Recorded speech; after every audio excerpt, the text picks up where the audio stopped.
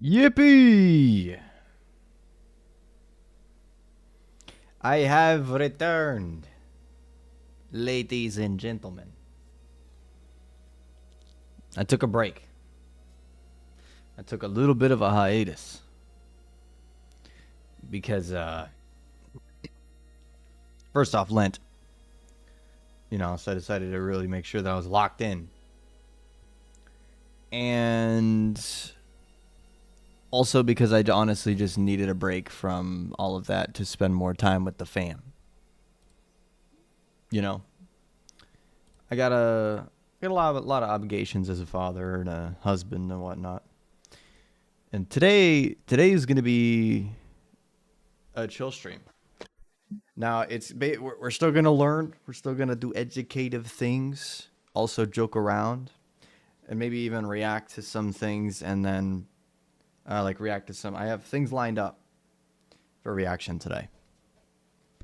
I have things lined up for it. Things that I've been wanting to address, but I'm way too lazy to make a video on it. And instead, I'm just going to do it this way, where I'm just going to react to a bunch of these, and then I'm going to cut it up after the stream's released, because, goated strats. So I will be taking guests today, but this is more of a Q&A and inquiry type chill stream. Right? So I'm trying not to host like a bunch of open debates during Lent. I'm trying to just have like some fun. Hang out, inquire orthodoxy, blah, blah, blah. And then as well as react to some stuff, and read maybe. I don't know. Anything. It'd be fun to kind of like have a proper chill stream. Because there has been things in the past where I said, hey, I'm doing a chill stream. And then it is the most unchill thing on the planet. Like, for real. So, I want to keep it chill. Do some reactions today. I have multiple things that I want to put on stream. Multiple debates that have happened since I've streamed last. That I want to address and talk about. Give my opinions on. Maybe we can even talk about some of the controversial stuff today. The controversial stuff in the Orthodox Church. Because I've never truly deep dived the topic of Latinizers. Right? I've never properly really talked about it. Like, yes, I've had people come up and ask me questions all the time about it. But I think it's time, finally, for me to kind of just lay out everything. Because I'm tired of people asking me questions about where I stand on blah, blah, blah, and blah, blah, blah. So I think this might be a good stream to maybe just lay out everything. I think it would help a lot. Trinity equals three gods working together as one, not one individual, one act, one nature, numerically one God. Are you telling me what my position is? I don't understand. Are you telling me my position? Because that's not my position, if so. Boom. Baked. Yep, you got me, dude. Yeah, that's not our position. Do you actually reject evolution? Yes, I do. I think it's a farce. Rice J got cooked by a dude in the chat. I know, he did. He got me. I read his message, and then I said, are you saying my position? And it was just over. What app do you use for notes? ClickUp. It's called ClickUp. You guys want to see it? I'll show you my schizo notes. I'll show the chat just how ridiculously schizo my notes are. Okay? I'll put on some music today. In one moment.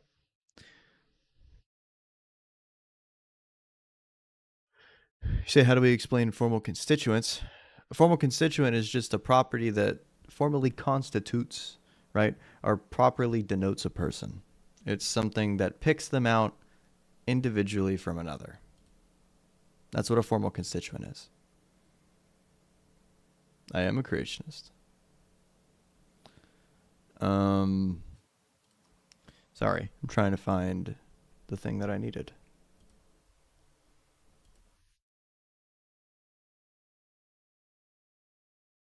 I'll just play this beat again, but really quietly.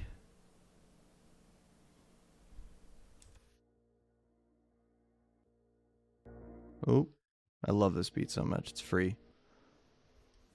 We'll just do that. I haven't shown chat my notes yet. Like, you guys have gotten glimpses of it. But because I'm feeling cool today, I might just kind of like go through and just kind of like show you how ridiculous my notes are. Because people ask me all the time. Why do you take Genesis to be literal? Because the earliest Christians did. Confirm you don't have one individual being you call one God. It is one individual being that we call one God. It's one singular act. It's triadic. What's the reason for rejecting evolution? It's about solid as gravity from a scientific view. Here's how that is not true. See, when you're coming up with a scientific theory, you utilize the scientific method. And if you look at all of the steps to the scientific method, you can actually perform an experiment. That's one of the steps. You cannot do that for evolution. You can do that for gravity. You can actually make an inductive case for gravity just off of, I mean, honestly, parsimony. Like, there's so many different ways that you can make the argument for that. The difference is that evolution, there is no experiment. And don't we do that with evolution? We don't do experimentation. What experiment proves evolution, brother? There is no experiment that allows us to inductively or deductively or anything prove evolution. It's a historical narrative that's applied to casual observation. You see something that is similar to another, and you must presuppose, using a philosophical worldview, that that thing must have come from the other thing. Is domestication not a demonstration of evolution? What are you defining evolution as? Speciation. Evolution is the species actually becoming something else. A universal becoming another universal. Simple. Bryce, look up the archaeology. It's the bones, bro. Just look at the bones. Look at the bones, man. How could you reject evolution, bro? Look at the bones.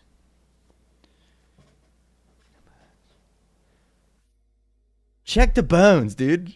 If you look at the bones.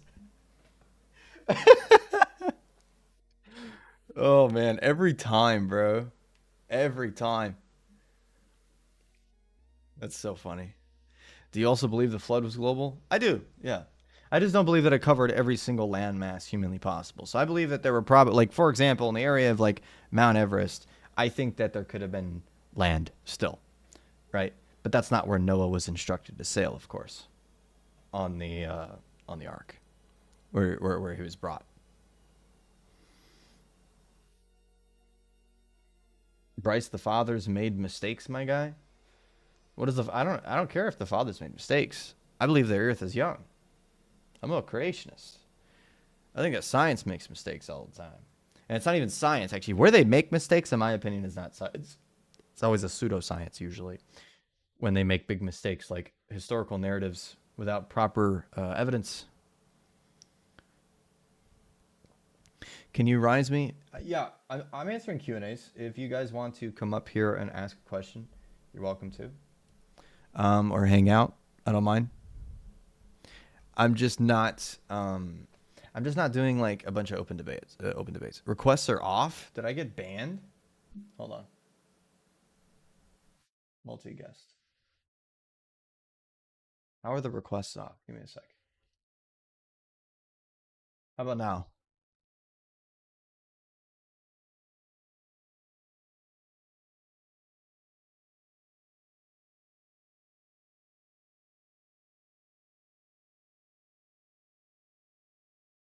Not off.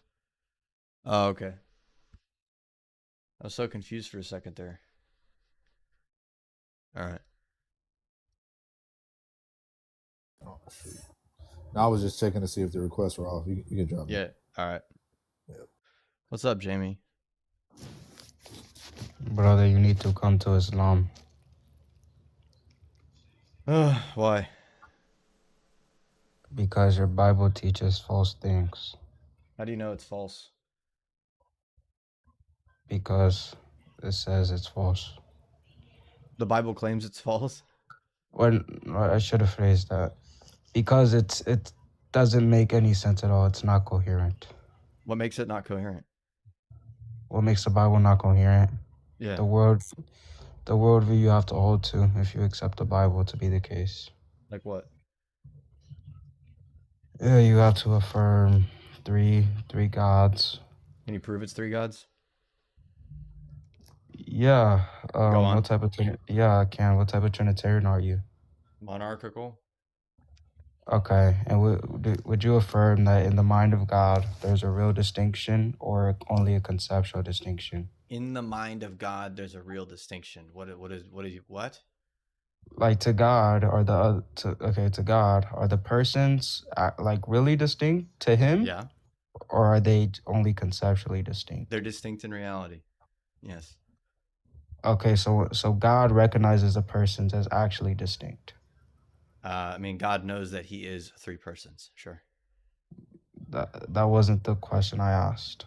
I mean, the way that you asked that question, I addressed it.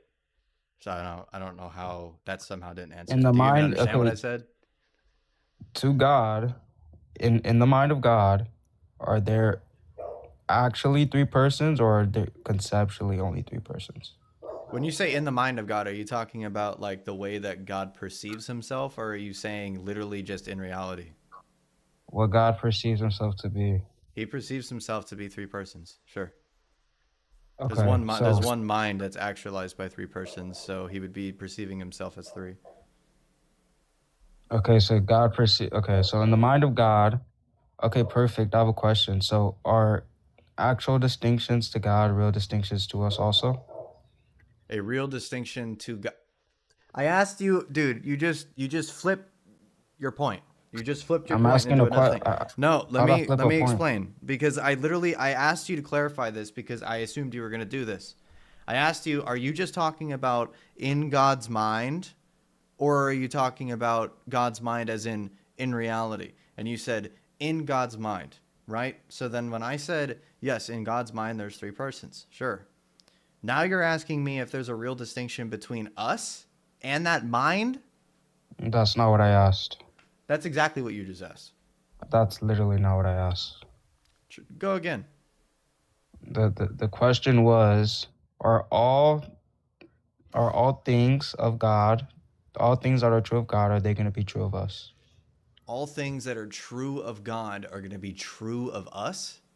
Yeah. So you said God is not in the mind of God. It's not just a conceptual distinction, but a real distinction.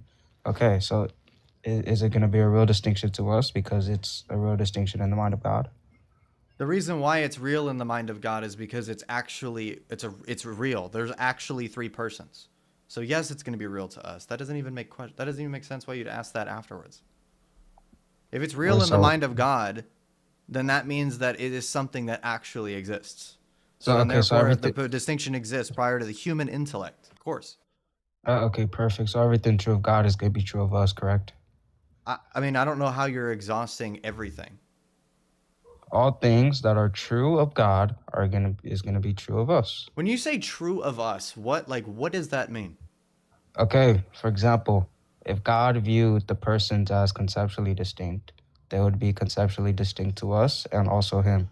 That's what I mean. Okay. So are all things that are true of God true of us? All things that are really distinct in God are like real. That's not the question I asked. I don't know what you mean by true of God. What do you mean by this question? Nobody's ever asked this. It is true that God, when He conceptualizes the persons, there's a real distinction. Okay, so is that going to be true of us? That it's actually the case? That it's actually three persons, yes. Yes. Okay, Sure. perfect. So was that a yes or no to my question? Everything true of God is could be true of us. How did you get no from me I saying asked, yes was and that then a sure? yes or a no? I asked, was that a I yes said or a yes, no? and then I also said sure. I said both yes and sure. How did you say yes or no from that? Yes and sure. I'm Go ahead. asking, was that okay? So everything true of God is could be true of us, correct? Yeah, if there's a real distinction in God's mind, then there's a real distinction in reality for the humanity to apprehend. Okay, perfect. Is it true that God changes? No, Oh, it's not true that God changes? God does not change. No. Okay, perfect. So since God doesn't change, to humans have always existed to him, correct? What? No. If God doesn't change, then he's not going through a change of states to non-existence to existence. So humans have always existed, correct? To Wait. God. You think that God's essence changes because he chooses to manifest an act? That wasn't the That's your question. position? I haven't even made a claim. I'm asking questions. You just made an argument. What argument did I make? You just made an argument that God changes because of the fact that he went from not creating to creating. That's an argument. No, that I asked you, does God change? You said no. Okay, perfect. God doesn't change. Okay. That means to God, humans have always existed. Oh, go ahead. Okay. So No, they don't. humans, They haven't always existed. So go ahead. okay, so is it true that in the mind of God, humans have always existed? Yes or no? They exist in potency. Sure. I want a yes or a no. They In the mind exist of in God, potency. That's a clarifier. Do you know what a clarifier is? Or are you being a sophist on purpose? what word have I said that I've not? Do you even know what I that do? You don't even know understand? what? I What said word that they have I exist in said? potency. Okay, when you say they exist in potency, you're just saying they haven't been actualized. Correct. Okay, so But there may be an intention for them to exist. Okay, so there was a state which God actualized humans and where he didn't. Well, I mean, we believe that he acts from eternity. It's just the actual creation or the actual creation itself manifests at a point in time. Okay, so when God he has creates. always been actualized. Okay. So does God see things in time? Does God see things in time? What is in time to Yes. you? What time is just going to be a Because if state you're a of Muslim, change. that can mean literally anything. Time is a state of change. Time is a state of change. Are you saying does God see things in change? Yes. He can, but that's not the way in which he makes I decisions. want a yes or no. That's not a true dichotomy. It's either Try it the again. case Try it that again. Maybe you'll get it this time. Come on. wait. It's either the case that God. You think I haven't answered the modal collapse like 500 times? That's what you're doing. Go ahead. Keep going. Well, if you hold to divine simplicity, you do hold to modal collapse, but that's not the point. I don't hold the modal collapse. Modal collapse doesn't follow. That's the entire point. Do you understand? Wait, I'm not getting to modal collapse, but if you do hold to divine simplicity, your argument is that creation is eternal. No, my argument is no way. I'm not doing this. I'm not doing this today. This wasn't the original intention of my stream anyway. Are you serious? Everyone in chat, 44 people. You watched all of that, right? You watched how many times that he made the modal collapse argument. And then I said, yeah, you're just doing modal collapse. Here's how we answer that. I'm not doing modal collapse. You just made an argument that creation is necessary. No, I never made that argument. He said it verbatimly 5 seconds earlier. I'm not doing this today. I'm not doing this today. Muslims, bro. Holy shit.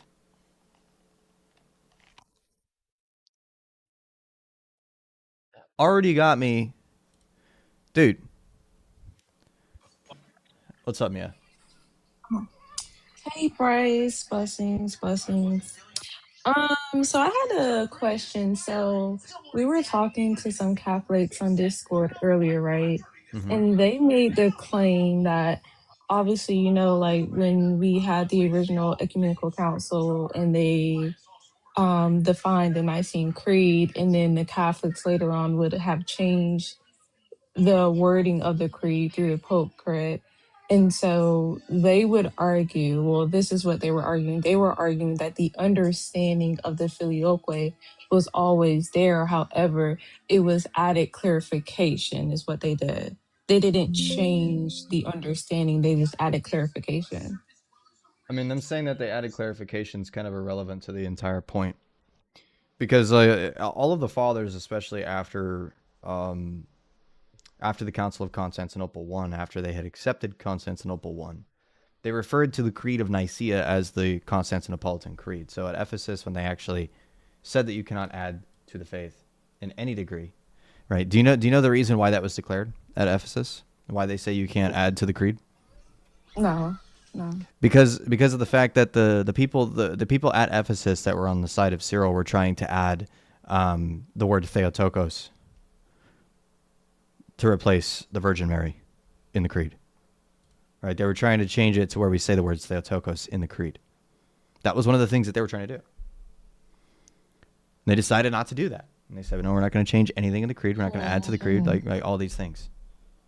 And that includes the Nicene and the Constantinopolitan Creed.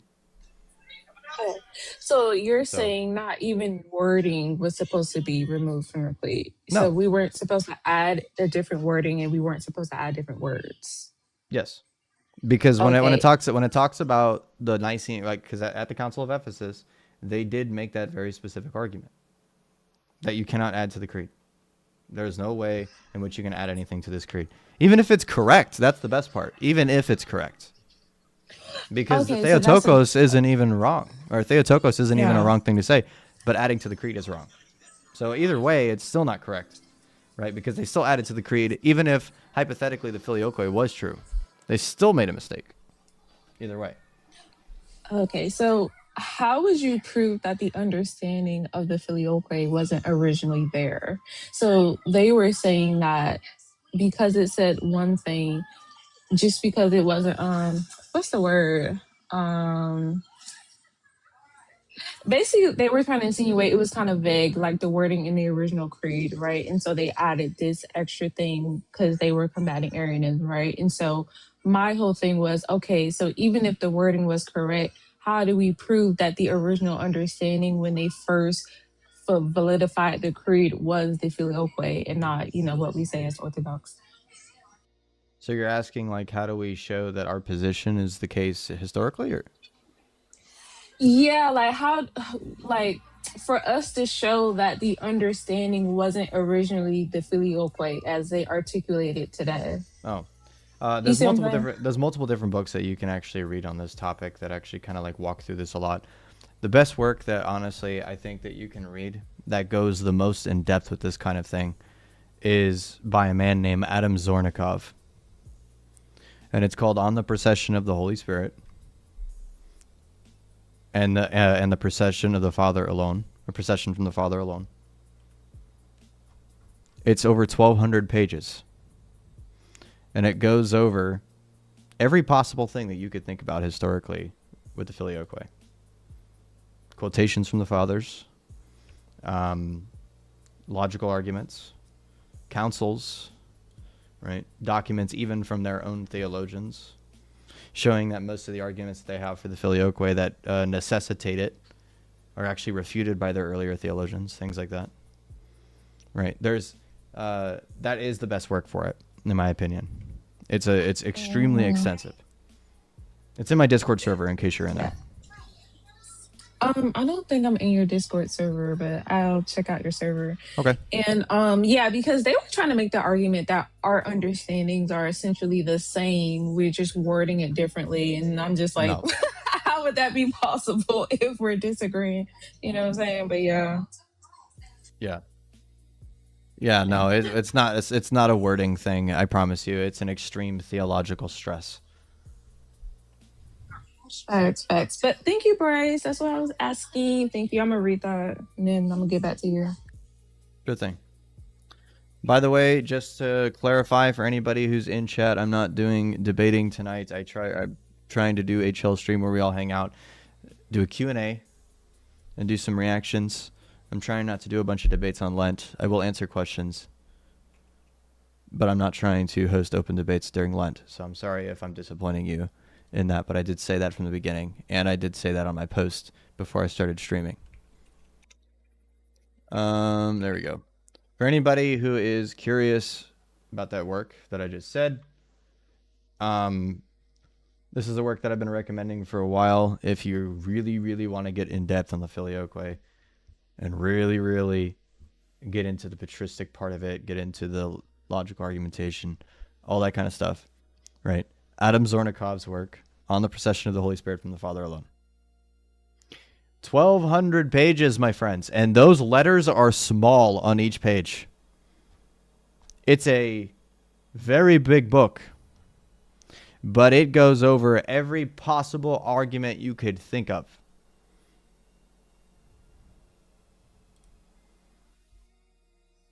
It is insane.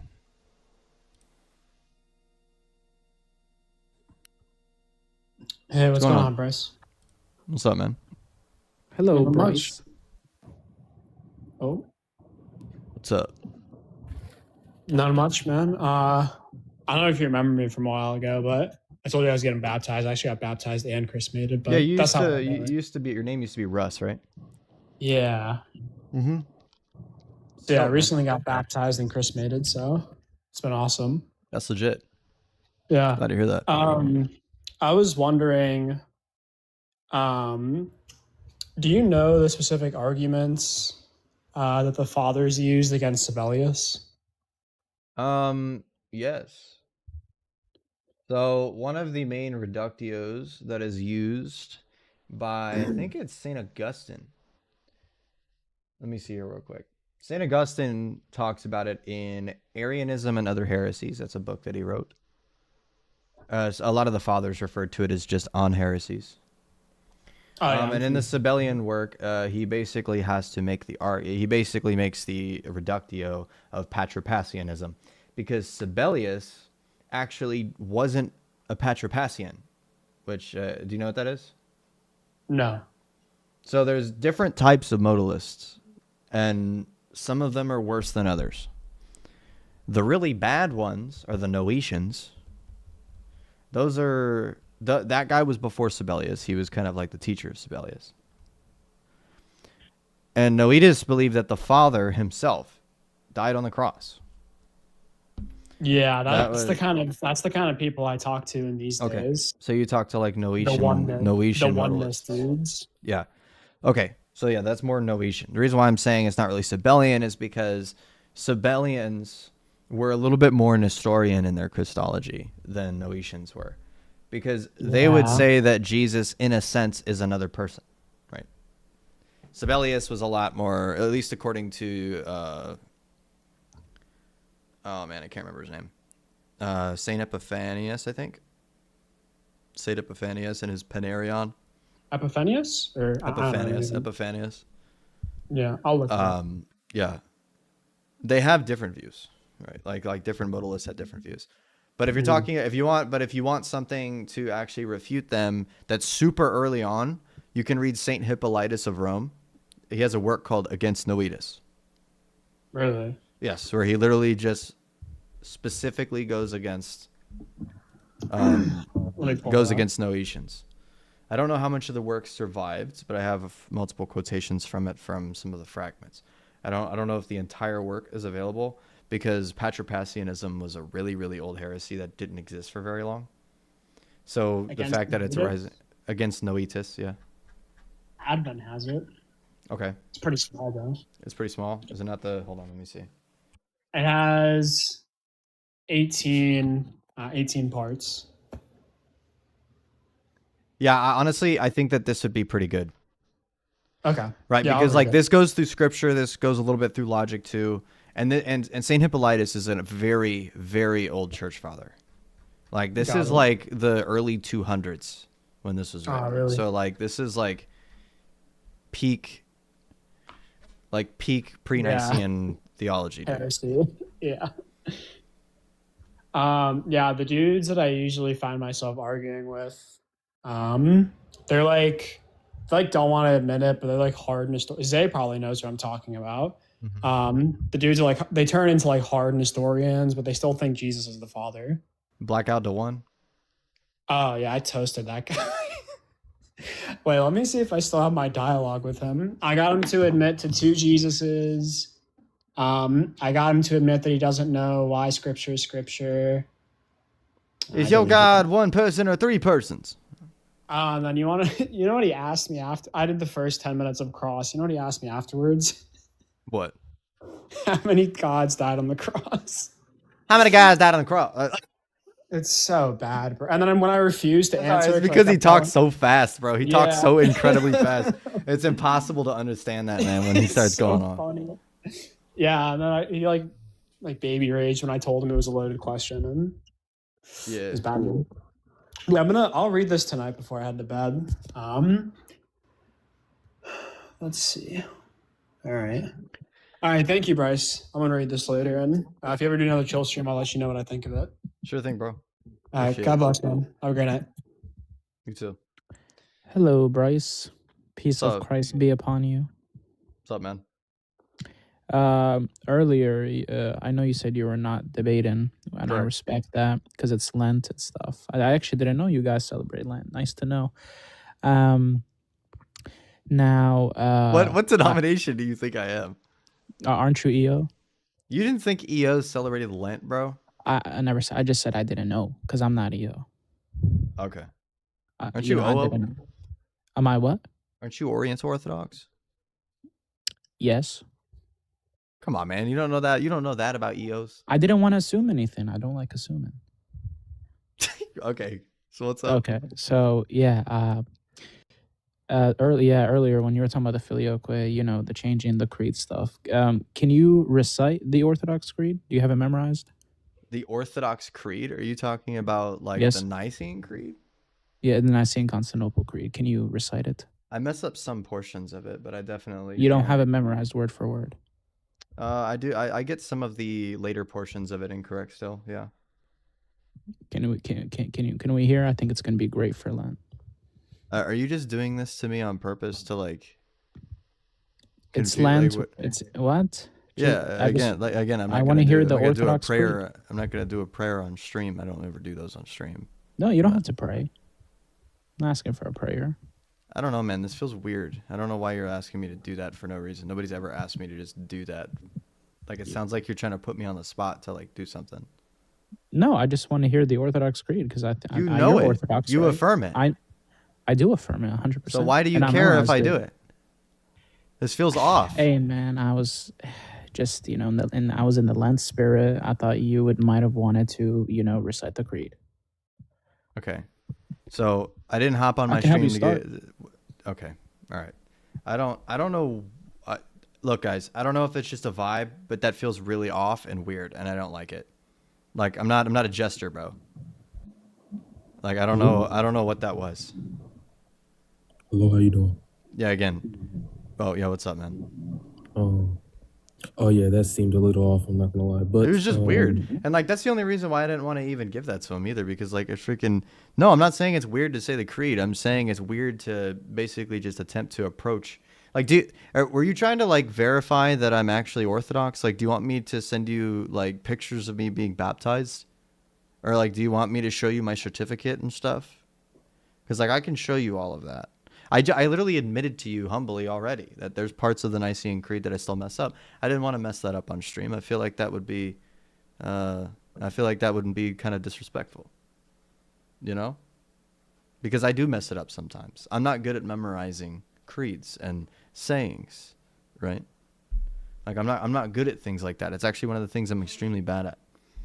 You know how long it took me to learn Our Father? It took forever for me to learn the Lord's Prayer. So there's no absoltos. I felt like I was put on the spot. I didn't like that.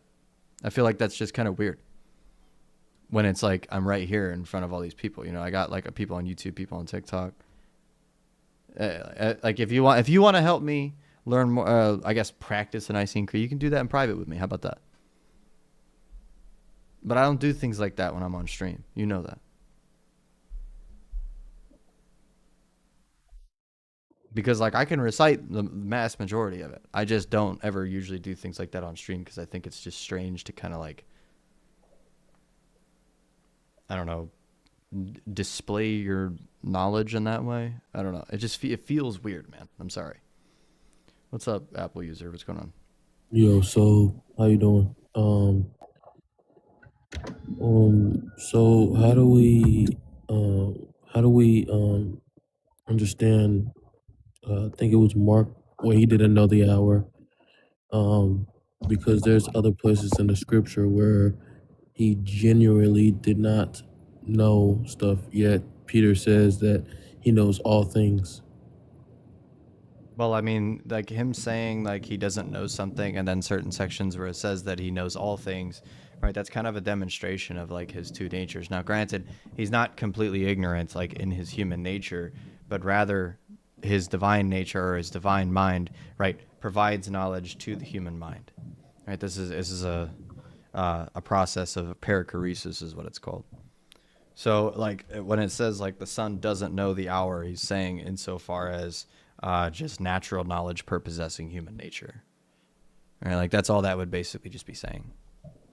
Or I mean, or you can go the Greek route and like, you know, because the word oiden, to know, right, can also mean to declare. So I mean, you know, there's two ways to go about that.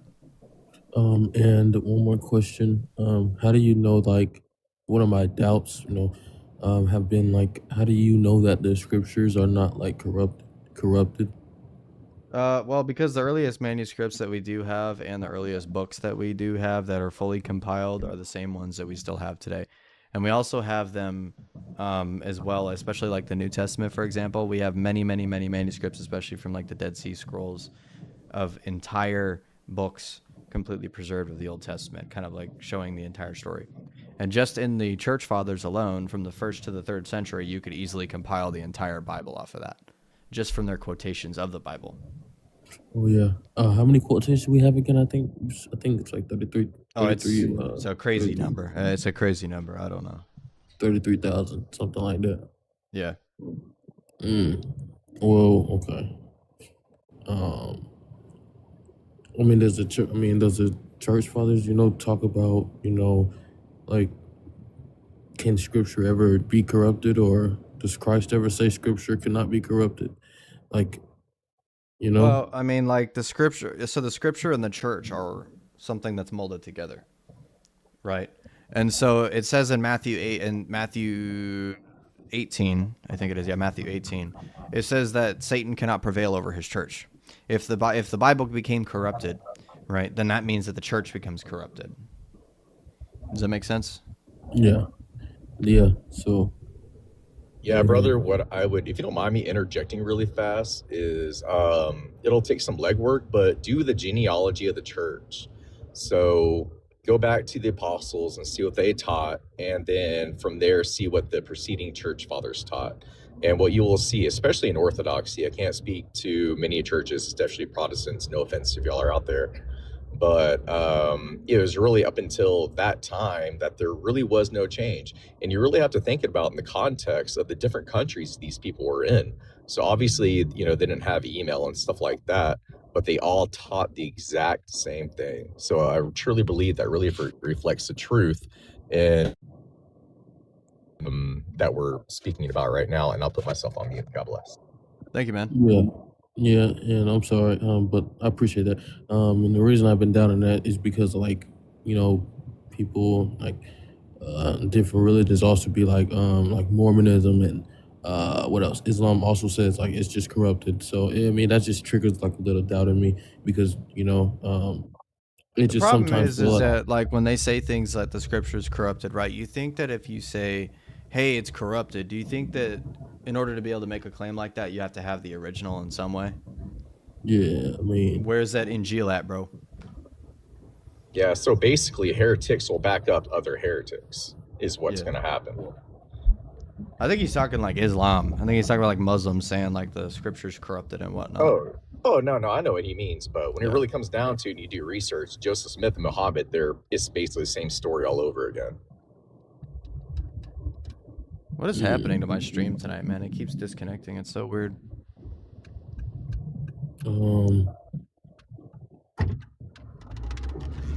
mean, is there any like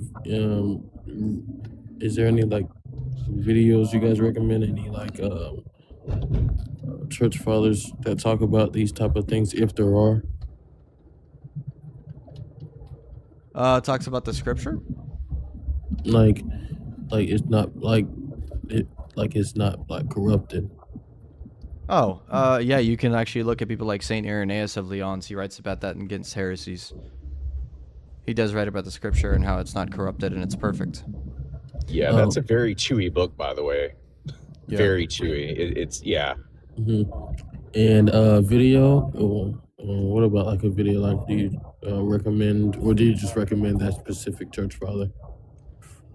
A video on a church father? Well, any in general, just to help my understanding. Oh. Well, I know Father Moses is great, and I know he's on YouTube. And he kind of sort of speaks about these things, but in a particular video, I couldn't tell you off the top of my head. And who else is there? Help me out, bro. Yeah, good videos. Man, actually, I do. Father Seraphim is So another there's a good video. one. There's a video by a guy named Harmony. I heard of him. Yeah. It's called "What the Saints, What Christians Did Before the Bible." Reload the TikTok. All right, I'm gonna reload the TikTok stream, guys. I'll be It's back. crazy because I watched that. I watched like 10 minutes of that One video, moment. and I didn't. Sorry. Know. Oh, you good?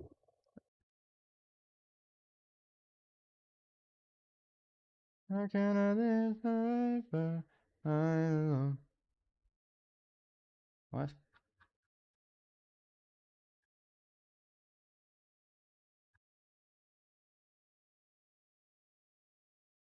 Okay, fix that. All right. Anyway, why is my super chat thing not running? Oh, I have it invisible.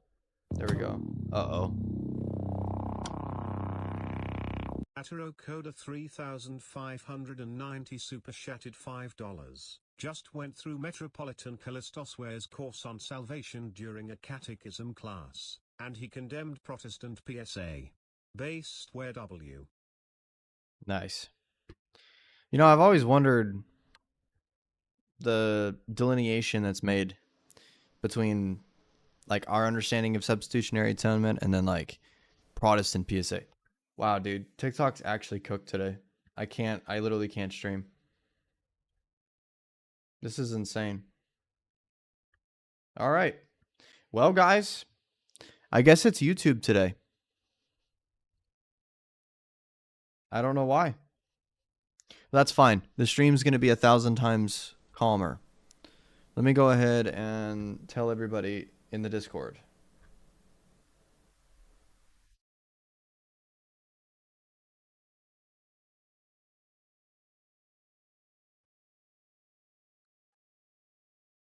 Okay.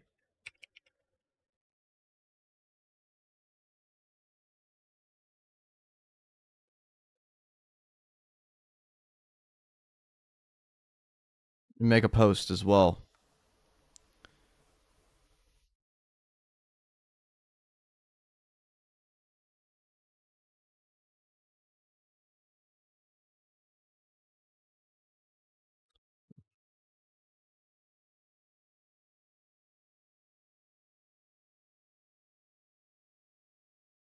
Hang out on YouTube.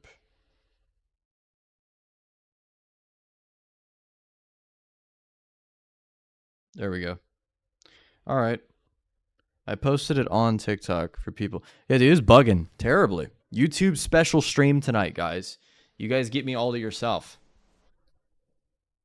If you guys want to post this stream, though, in various Discord servers, that would be cool. Because we are going to get significantly less people, though, now. Because I usually have all of my viewership spread across both platforms. But most of those people probably are not going to come over to YouTube. They're probably just not going to watch me now. Because people are very loyal to their platforms. I'm not going to lie. All right.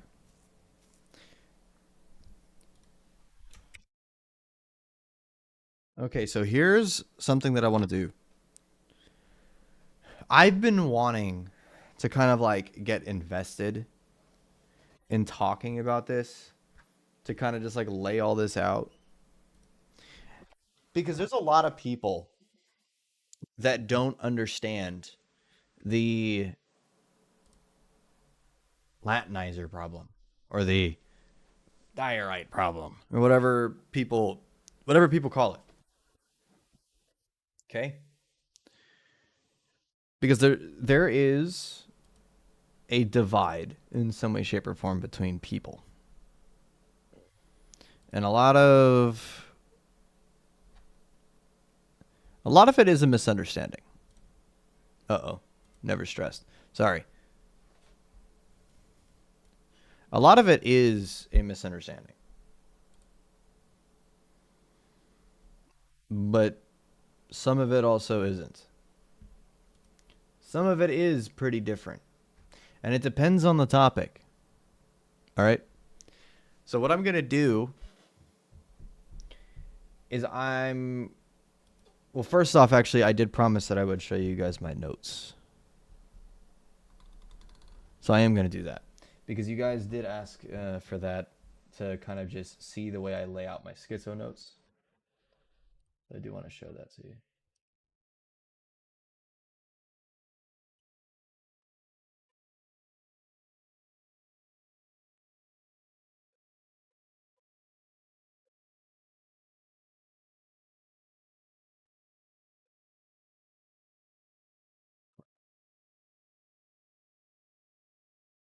Sorry, I'm just making sure everything's set up here.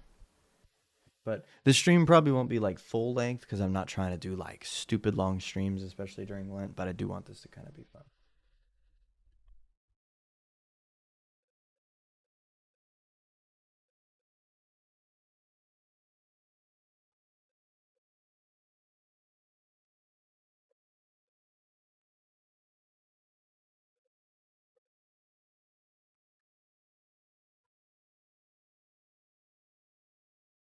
Okay.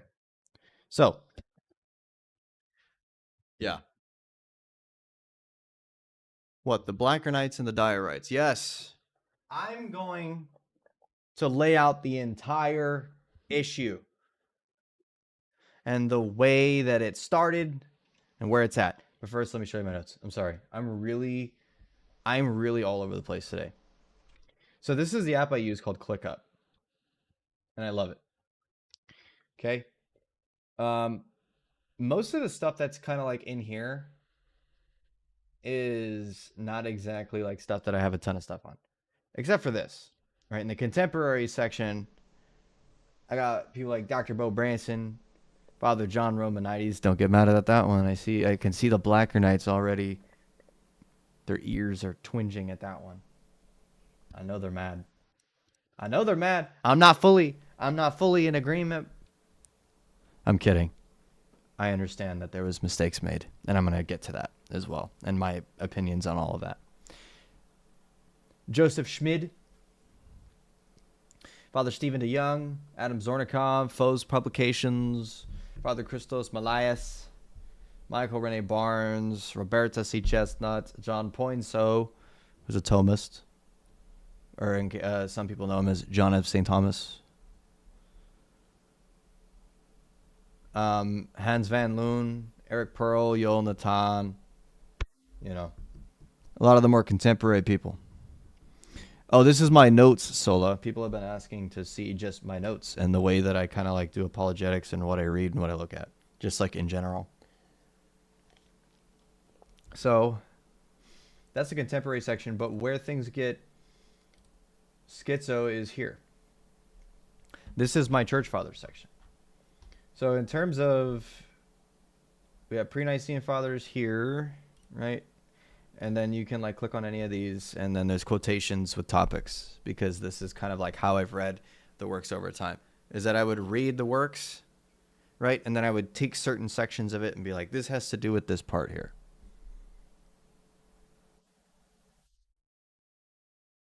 Man, my screen is totally not how I want it at all. Hold on 1 second.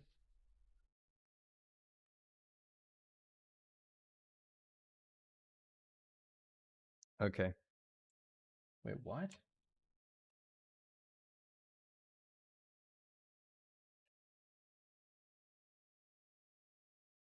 Man, dude, I'm struggling today.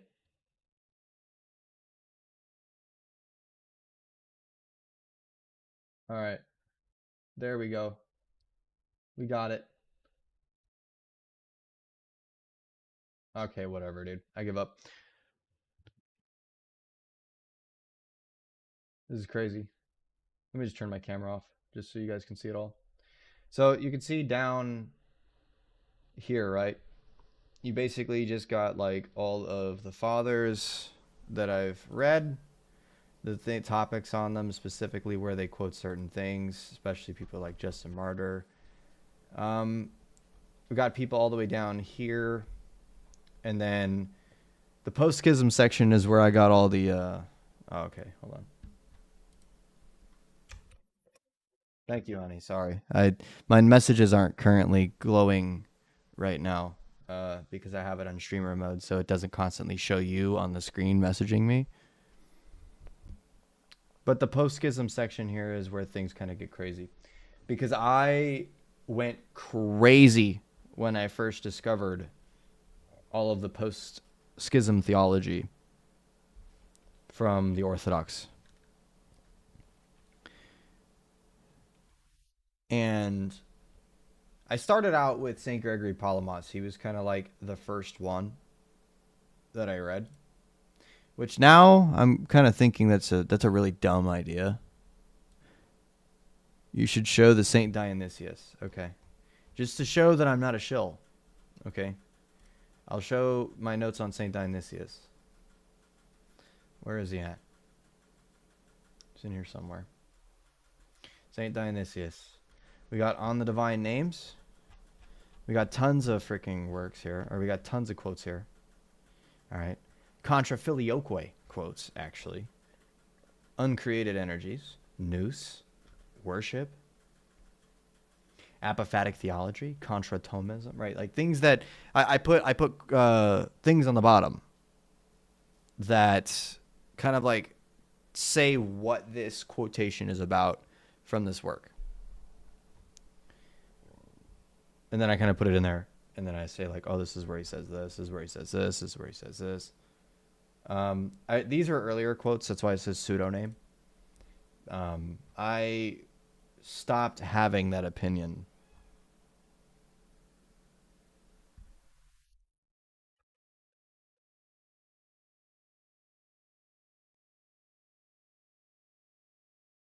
Divine Names refutes Filioque. Absolutely. I swear I just heard something crazy. What was that?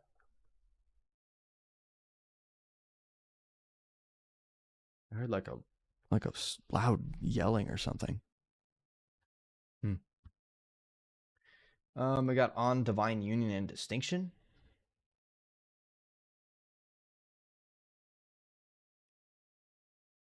Oh, here we go.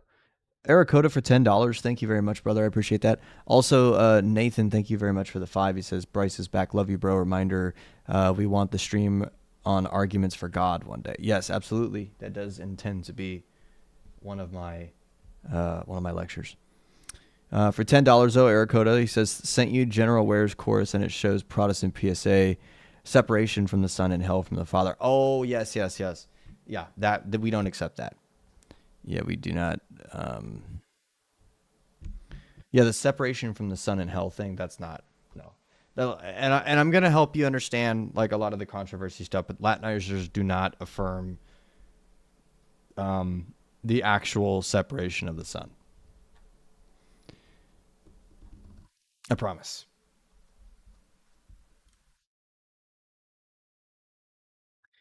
Hold on. I will be right back in 1 second. I got to go help my wife with something. Give me like 5 minutes.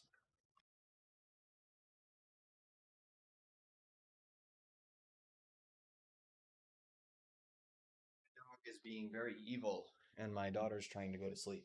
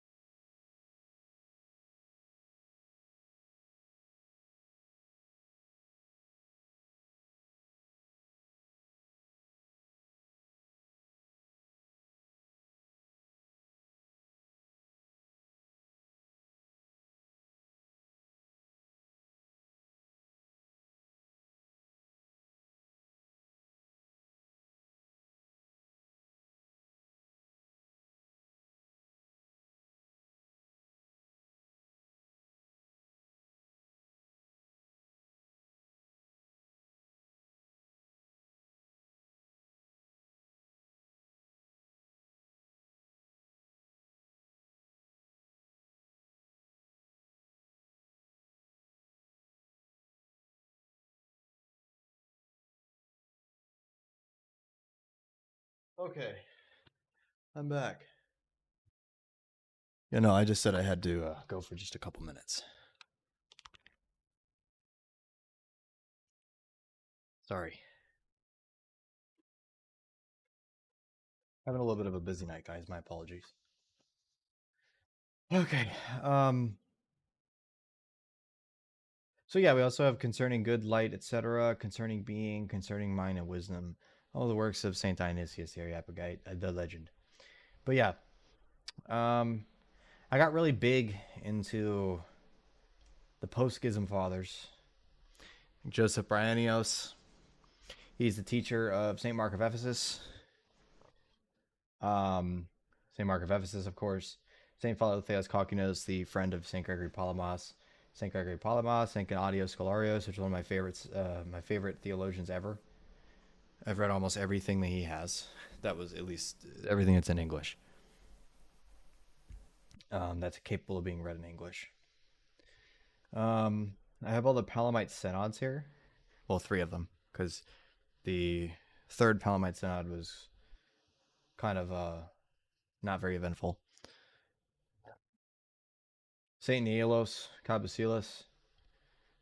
I have him set as saint because I didn't know who he was at first, but he's not technically a saint. But Theophanes the third of Nicaea, or Theophanes, Theophanes, whatever you got to say that. Theophanes the third of Nicaea. He's the emperor, or not the emperor. I'm sorry. He was. I think he actually was the emperor during one of the Palamite synods. But he has multiple works. First, Discourse on the Taboric Light, and the letter to Paul the Latin, where he refutes the Latin argumentation against EED. Gregory Cyprus, of course, the guy who ran Blackernay. Saint Demetrius Stan Eloy. I don't know why I don't have him in the contemporaries, but call him a church father because he's legendary. Nicholas Cabasilas. John VI Cantico Zenos. He was the emperor during the Palamite synods. Michael First Cellularius. This was the Patriarch of Constantinople at the time of the Schism of 1054, where he wrote to Peter of Antioch, kind of like talking about the reason why the schism is happening. It's actually a very crazy thing to watch or read about, you know. Simonas, the Bishop of Gaza. He was somebody from 1050. John the Deacon from 1070, Michael Sellos from 1070, Theophylact of Orid from 1091, Philip the Solitary from 1100, Euthemius Zigabenus from 1100 AD, Manuel Moscopolos, he was somebody from the 1200s. He was actually right before Blackernay. He was somebody that wrote against the council. He wrote against the Council of Lyons too, like during the time of Lyons too. So it's really cool, right, to see some of these people. Council of Lyons too, as you guys know, is the first time that the Catholics dogmatized the Filioque. Did anything come from the No Show by Thorpe? Nope. It did not. But yeah. Also, I just got done reading most of the works of Eugenius Vulgaris, who's honestly now one of my favorite people. This man is legendary on his works. He's from the 1700s.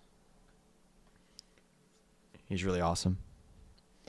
Neophytos Prodromenos. He is somebody at the time of St. Gregory Palamas. Sorry. Oh, gosh. Athanasius Saladus from the 1700s is a teacher of Eugenius Vulgaris. Again, I've read all these. I like reading niche people. They're fun. Nicholas of Mathone. George Acropolita, St. Maxim the Greek, David Dissipatos, Matthias Angelos Panarentos. I don't think I have St. Fulgentius on here. I don't think I've actually like sat down and read his works, if I'm going to be real. Yeah, I don't think I've actually like formally sat down and read his works.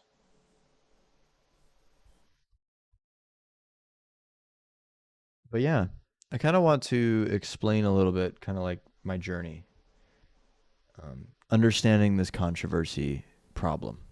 By the way, Alex, thank you very much for the $5, man. He says supercalifragilistic expiala Docious.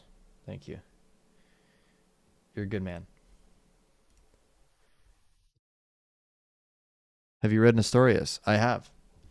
He has a work that's called The Bazaar, and it is crazy. He has some very hilarious prayers, like hilariously blasphemous prayers. One of his prayers is "Glory to the Divine Conjunction."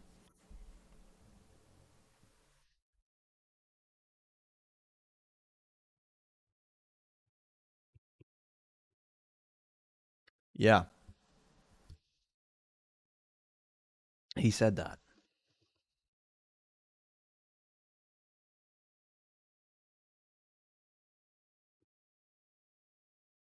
He says some pretty wild stuff.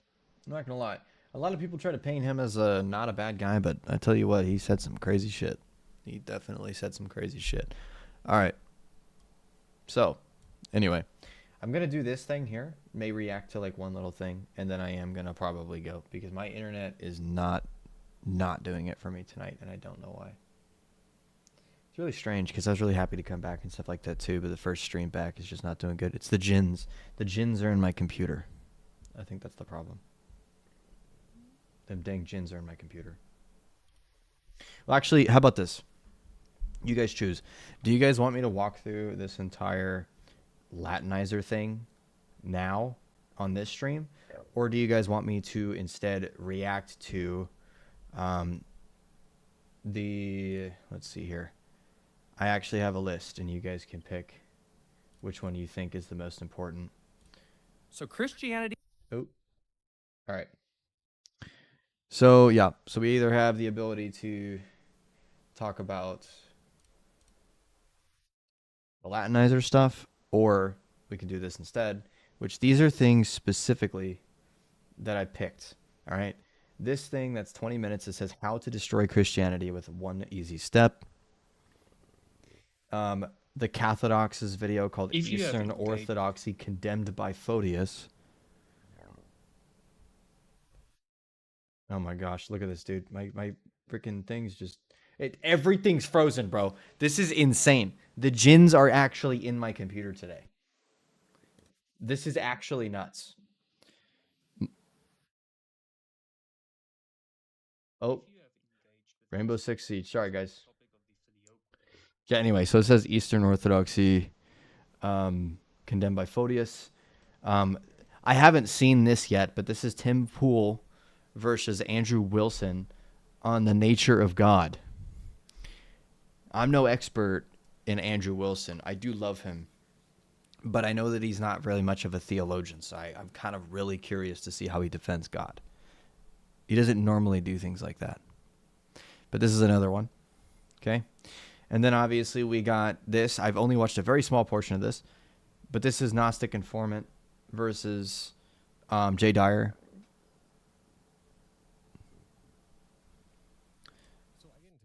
And then A Messenger of Truth, the dumbest Orthodox doctrine. I have not seen any of these, like, truly. Dude, this is actually insane. It froze again. What is happening today? My computer is never this crazy. I'm usually like blasting through these like just fine.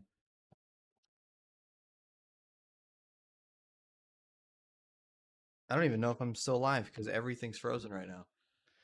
Hello? Are you guys still there? Wow. Yeah, everything's froze. That's dope. Yo, there's actually no way. Hold on.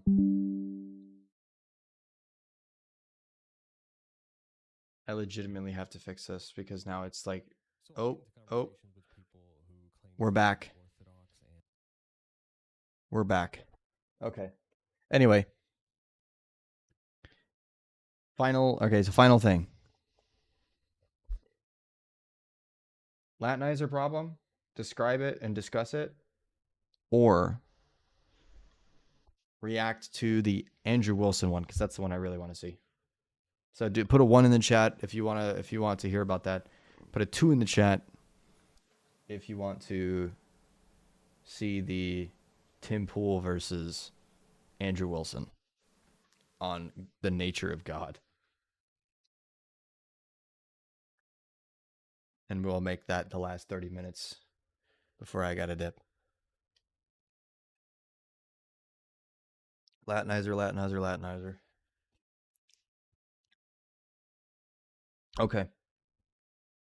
And then we got 2 and 2. 1. Everybody wants to hear about the dang Latinizers, huh? Latin, I got to make sure I'm not holding heresies. 2.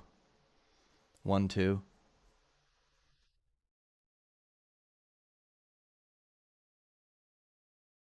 All right. So I'm going to do the Latinizer thing today. Okay. Next stream, we'll make sure that I make it kind of like dedicated to reactions.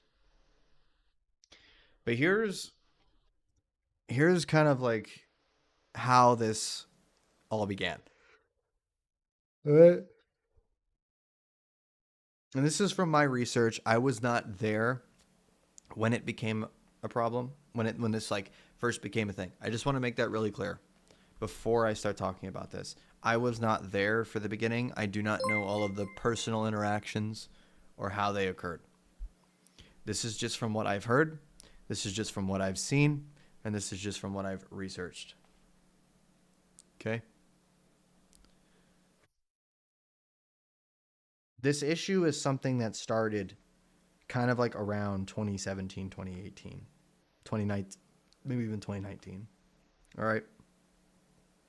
Orthodoxy began to really start taking a big presence online. It started to ramp up. People like Jay Dyer were getting pretty popular. I think Jay was solo running the show back then. I don't think that there were more than just him kind of like really going hard on Orthodox apologetics back then. So in hindsight, I'm sure that everyone here can agree that Jay Dyer is the biggest Orthodox YouTuber that we have in terms of apologetics. Obviously, I know that, there are channels that are bigger than Jay's, but I'm talking about for apologetics, right? Jay is the biggest. He is he's known kind of like as a mouthpiece, right? David Erhan, yes. Yeah, David Erhan, I'd say, is part of it too. Like the very beginning, right? Now, even prior to this, though, right, there were tons of people, even in the early 1900s all the way up to now. There were people who fought about this. We have people like Father Romanides, a very controversial figure in the Orthodox Church, okay? Some people love him, some people don't, and some people think he's a literal heretic. He wrote this very controversial work called The Ancestral Sin. Okay? Create a StreamYard and bring me up. Rick, I'll just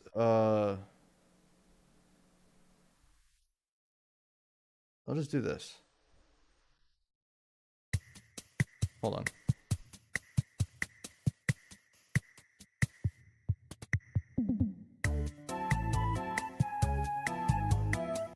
All right, join the stream thing, Ricky, on Bryce Cord. I'll just bring you up on that so that people on YouTube can hear you. We'll just do it that way. Anybody who's in here, we're having a conversation about the online Latinizing, quote unquote, controversy that I'm going to kind of like fully address for anybody who's in here. This is live on YouTube. So, you don't have to listen on this if you don't want to. But it's kind of just going to be laying out like everything that's happened, right? At least from what I've experienced and what I've been told, whatnot. Because I'm really tired of people like kind of constantly asking me about it, and so I kind of just want to like, my Discord is blocked right now. That's crazy. I don't even think I have StreamYard still, bro. Hold on.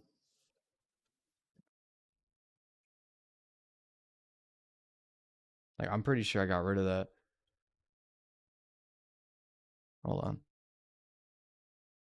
Let's see if I can run one real quick. Might have to accept my alts. Just join real quick on your alt. Let me know when you're in.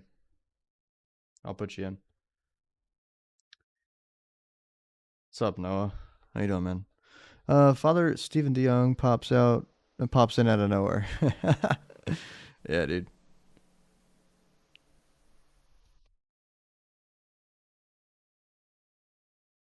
Waiting on Ricky to get up here because Rick knows a lot about this stuff. Dead stage. I haven't started anything yet, Abdul. I'm streaming right now. It's kind of just here just for the people who are conversating. I mean, people can sit in the stage if they want to, but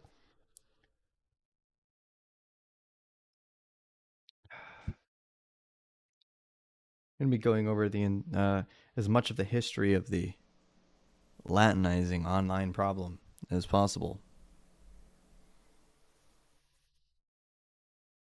And talking about how all of it started and where I understand that, Abdul. Like, some people would categorize me that way too. That's why I want to talk about it. That's why I want to kind of like flesh all this out.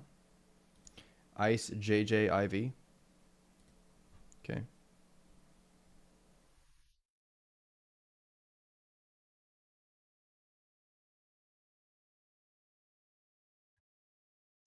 All right, you should be good. There you go.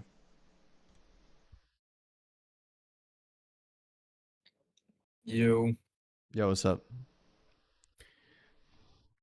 Yeah, this story is very interesting, so just keep going. I might add some stuff here and there. So one of the big things, right, that matters is understanding that there were people around the time of like Father John Romanides, especially in the Greek, right? Especially in the Greek fields and school, that were teaching things kind of in a more aggressively anti-Latin way. A way that wasn't exactly handled. Orthodoxy wasn't exactly handled that way prior to that. Okay. Obviously, yes, Orthodoxy is not Latin in terms of like being Roman Catholic. But in terms of a lot of the doctrines, you notice how a large portion of things that we argue about online right now, that we disagree on, there isn't a single father that talks about that issue with a Latin. Like, it's like in a lot of these things. Like, for example, original sin. There is no church father from the time of 1054 all the way up until about the time of Father Romanides that has any kind of dialogue with a Latin on, or an Augustinian on things like original sin. There was no arguments. There was no debate, right? They never fought about these things. And you think that if that would have been something that actually is a schism problem, if that's something that actually arises from... Okay, look, first off, I'm gonna show both sides of this because I do heavily appreciate both sides to everything. All right? I am not somebody who's just like hardcore on one side, hardcore not on the other side. But I am going to say this right now. A large portion of this feels like a psyop. Like a large portion of like making things a problem when they're not actually a problem feels like a psyop half the time. Was originalist sin discussed at Florence? No, I don't think it was. I don't reckon that it was. It wasn't an issue. The only thing that was really discussed at Florence that a lot of people don't really look at a lot is purgatory and leavened bread. But like, St. Mark of Ephesus's writings against purgatory, like they weren't really used at Florence. Like it was a very, very small portion of it. They kind of like talked about it for like, I don't know, I think a couple hours or something. It was very small. But anyway, And by the way, Go in ahead. his homilies on purgatory, he does mention original sin in passing, I think once, and he just like, and it's like in like granting the Latin view, and he doesn't like say anything and like specifically about original sin. And here's something that I made as a short a while ago. Okay. That makes this confusing to some people.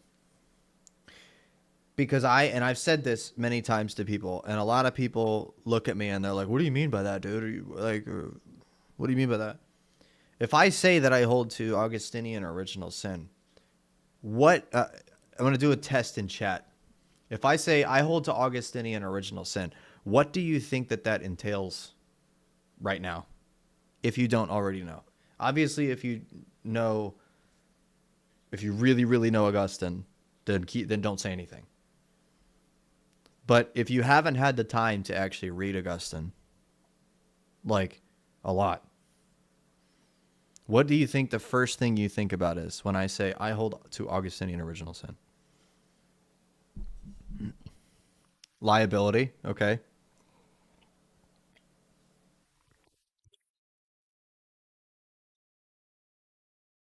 Unbaptized baby hell, born damned, yep.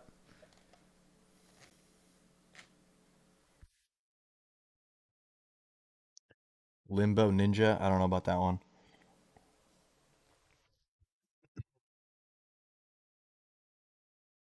Personal guilt, yes.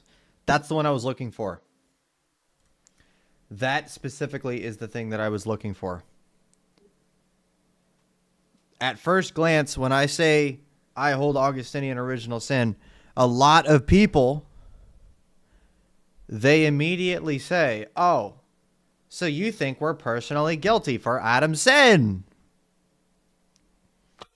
Augustine never, I repeat, never said that. Not once in any of his works. He never made the claim that we're personally responsible for his sin. He says that we're naturally responsible for his sin. Those are entirely different entailments. I mean, he straight up denies personal guilt. In against Julian. Mhm.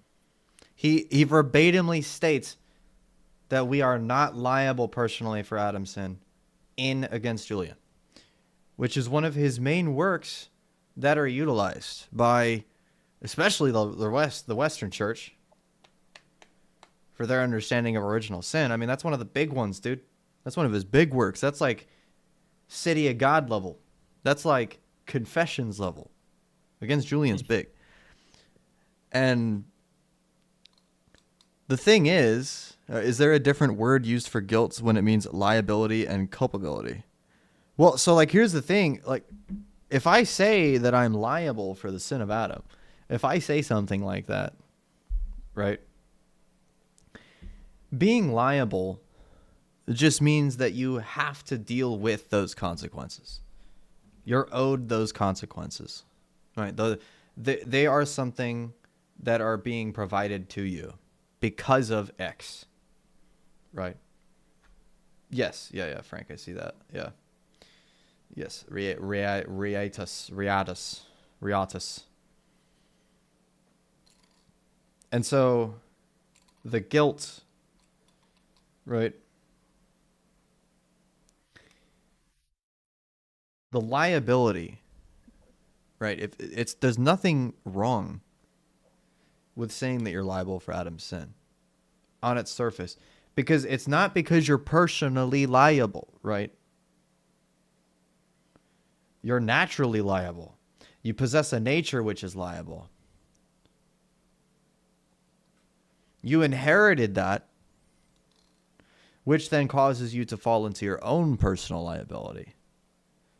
The natural liability leads to the personal liability, but it's not required. It's not a necessary effect, right? I mean, I mean, obviously, like we'd say, like if you possess original sin, you're going to sin. You're going to commit a personal sin. But obviously, it's not technically a logical impossibility to not do so.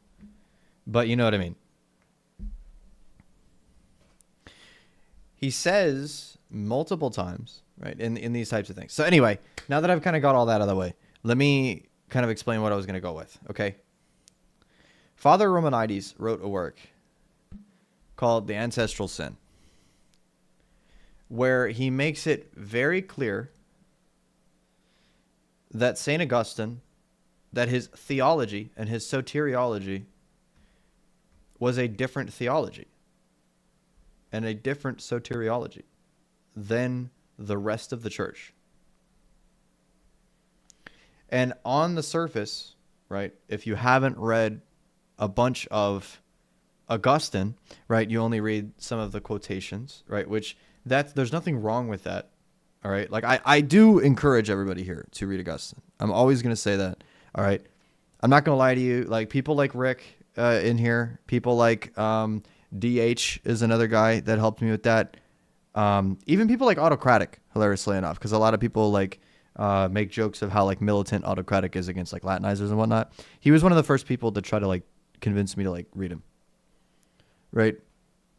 So like, I would always try to tell everybody, read Augustine. He has such good works. He has great refutations for apologetic purposes, great spiritual works, especially confessions, right? Like, and it's weird because he also just feels the most relatable sometimes.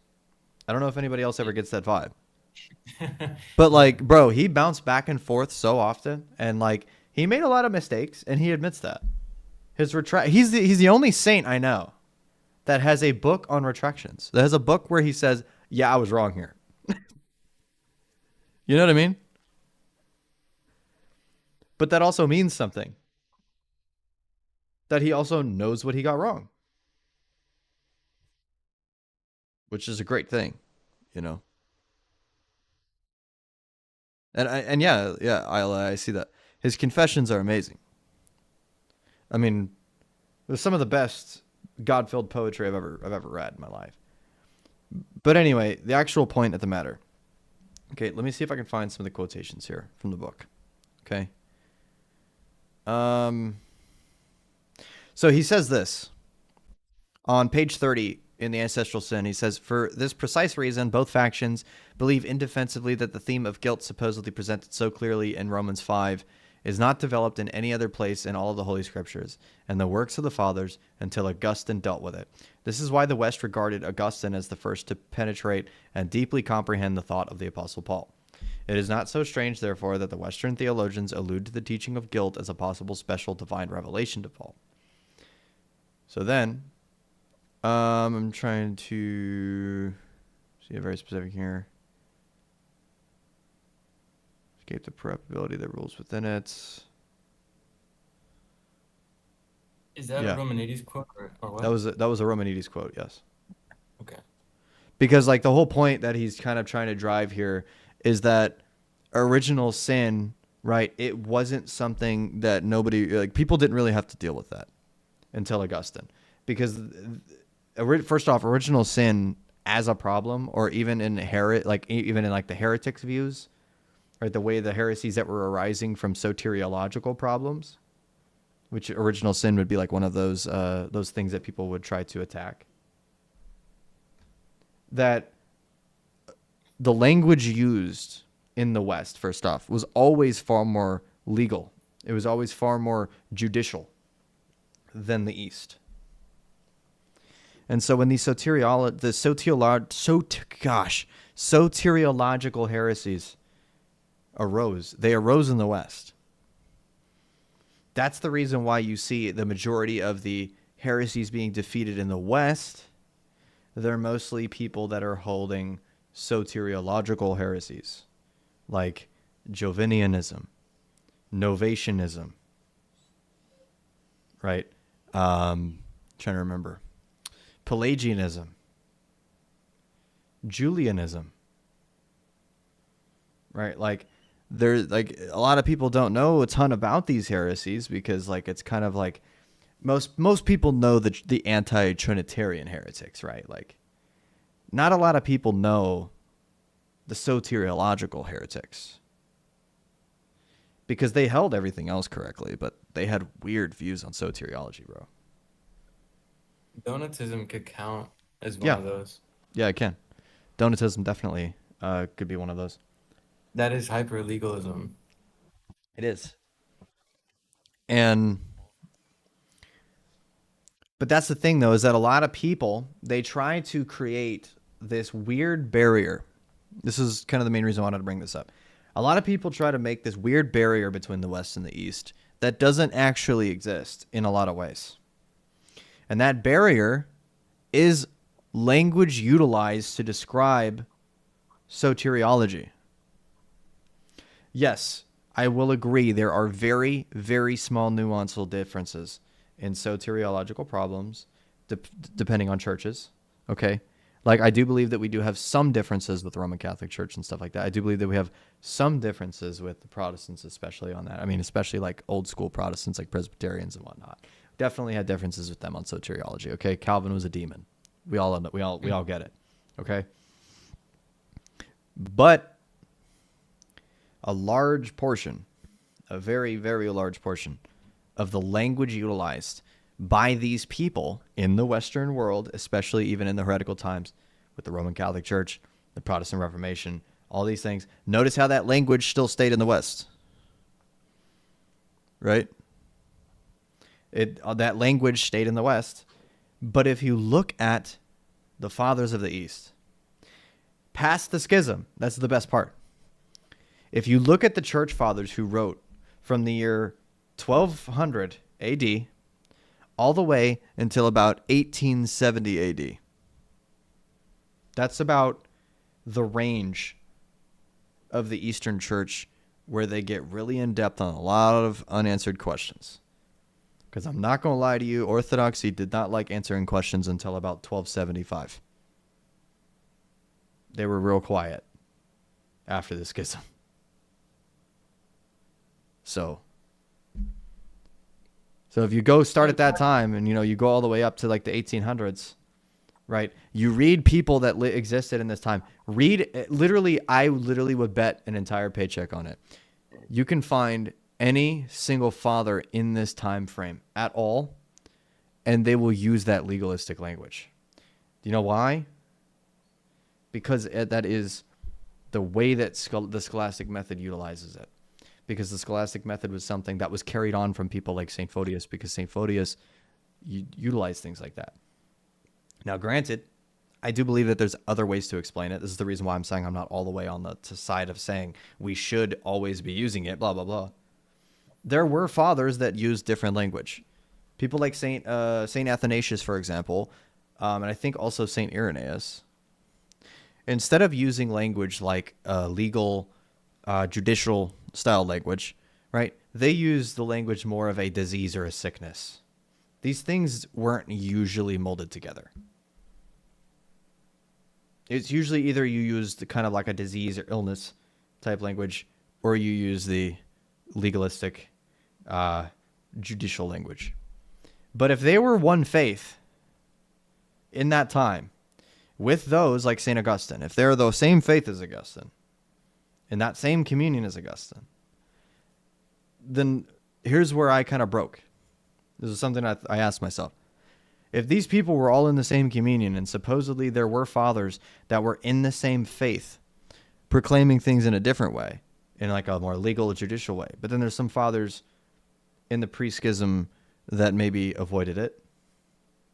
If they're still declared in the same faith, is that not a language problem? Is that actually a theological issue now? It literally cannot be a theological issue unless you want to admit there are schools of thought in the pre-schism church that actually lead to different soteriological views. Meaning that the legal language and the judicial language that was used, especially by people like St. Augustine, St. Hilary, St. Ambrose, right? St. Fulgentius, most of the Western saints, all right? St. Isidore, St. Leo the Great, all of those people, they all use that type of language in Latin. if they are declared as the same faith as the Cappadocians, as Saint Cyril of Alexandria, which people love to quote mine him. People love to quote mine Saint John Chrysostom to try to support the anti-original sin crowd. If they were of the same, were they of the same faith or were they not? Because that matters. Because either they had the same soteriology or they didn't. Because soteriological heresies existed, and people were condemned for them, and they were thrown in the excommunication pit for holding to heresies that were only soteriological. So if this supposed substitutionary atonement thing, language, or this original sin language was supposedly not you, or supposedly, I don't know, Latinizing in terms of like, I don't know, changing orthodoxy to a new faith, then technically speaking, right, the fathers that use that kind of stuff, then they're condemned by proxy. Because then you have to kind of admit that their view leads to a different soteriology, right? Bryce about to tell us he's going west? No, absolutely not. Because even though that I do love the Western culture, and I do love the overall, like, the vibe of, like, Western right stuff, no, absolutely not. Because I still 100% know in my heart that orthodoxy is true on the key issues in every way. But I am saying that the fear, right? The fear of the Latino fron is very crazy, and it's a little much for a lot of people. And this also goes for the other side, because now here's where I'm going to turn the gears. Because now I want to kind of point the other way for a minute. Because of the fact that there were people that did not utilize this language, the same thing applies the other way, right? When they try to say, oh no, I'm not going to use that kind of language. And then they hold to well, you have to use the language of the Father, or like, you know what I mean? Or like they try to hold you into something, right? So this is kind of me talking about the more quote unquote Latinizer side. Now, the reason why you don't hear me just call people Latinizers anymore, you do quote unquote thing, is because that word Latinizer, first off, it's extremely slurry. Like if you look at people in the past that were called Latinizers, Bessarion is a Latinizer. Okay? They called him Latino Fron. That's the Latinizer. All right? Like, John Bekos is a Latinizer. All right? People that literally turn Roman Catholic, basically, are Latinizers. These people that are purported as Latinizers, if you ask them what they think about the Filioque, I honestly believe they're more militant about it. They're more militant against it, right? There's things that they care about a lot, but that does not, but that again, being said, is that when you, yes, Filioque and IC affirmers, ILI, that, right, that is a Latinizer. All right? People that are attempting to bring in something which is completely unnecessary to orthodoxy and for the fundament of the church. There is nothing against using the Western language in a general sense. What is a problem, and when things become actual quote-unquote Latinizing, is when you bring in the Filioque, when you start trying to justify things like how Thomism can supposedly work with orthodoxy. That's a big one. If you try to hold the Immaculate Conception, if you try to hold to Sacred Heart theology, imaginative prayer, right? There's very specific things that we clearly disagree on with the Roman Catholic Church. And if you try to bring those things in just on account of the fact that someone hasn't specifically condemned it yet, that is a whole nother problem. That's a completely different issue than the people, right, that call it, the ones that like to throw the word Latinizer around. All right. It's kind of like how, let me put it like this. It's kind of like how the word heretic is like a buzzword now. Like, do you know how harsh that word was pre-schism? I mean, do you know how like insane it was to be called something like that? Like, that's like the N word with like 5 hard R's, bro, back then. Like, that's what heretic meant back then. Nowadays, any dude on TikTok is just throwing that around. They just be like, you a heretic, bro. Like, dude, you a heretic, man. Everybody just slinging slurs, man. They're slinging Christian slurs around. 5 hard R's. Yes, correct.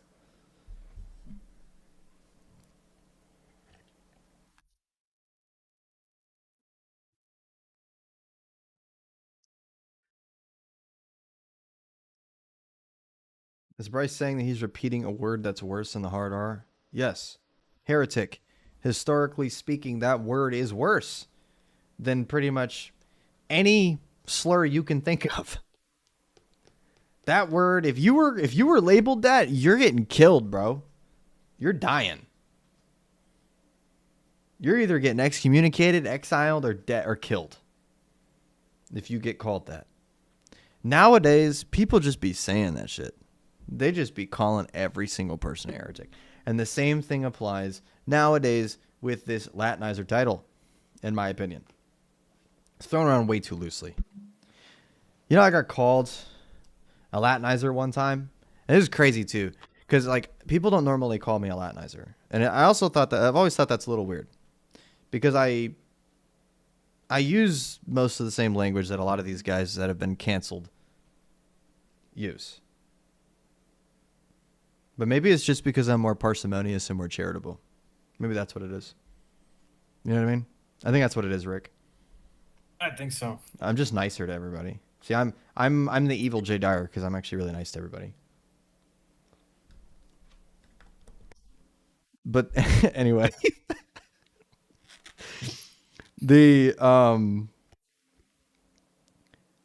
I use the same language, right? Like, and it's based on the situation. It's based on who I'm talking to, right?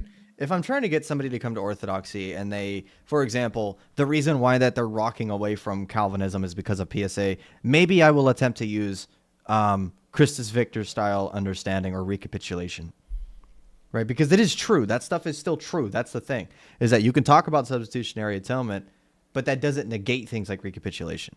Those things don't just, they're not negated. Because of the fact that you hold to substitutionary atonement, it doesn't automatically then make it to where basically God is not still recapitulating humanity, right? It doesn't automatically mean that Christus Victor is not true. And it's funny too, because a lot of the claims from the I hate Latin, like I don't like the Latin stuff side, they'll say like, oh, we don't affirm PSA. That's a Protestant doctrine, or that's a Western doctrine, right? And then we'll say, oh, well, we hold the Christus Victor. Do you know who invented Christus Victor, bro? Lutheran. Luther made that. Luther invented that word. I mean, it was a Lutheran theologian that like has his book on Christus Victor, but I don't know if it was Martin Luther. Well, it was a Lutheran. Yeah. I know that for a fact. It was a Lutheran, right, that made that.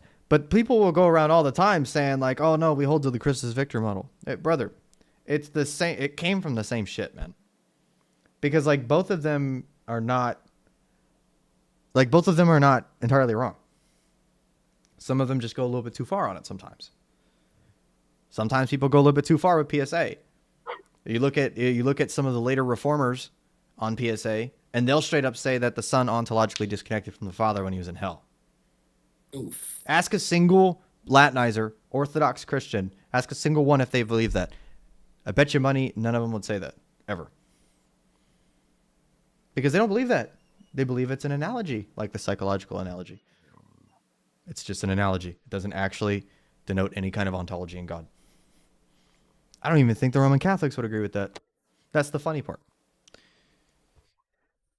I don't know, maybe Jake can correct me in chat, but I don't think they believe that the Son was actually separated from the Father, or that he was separated from the Father in hell in some way, shape, or form to where he had to feel the wrath in that manner.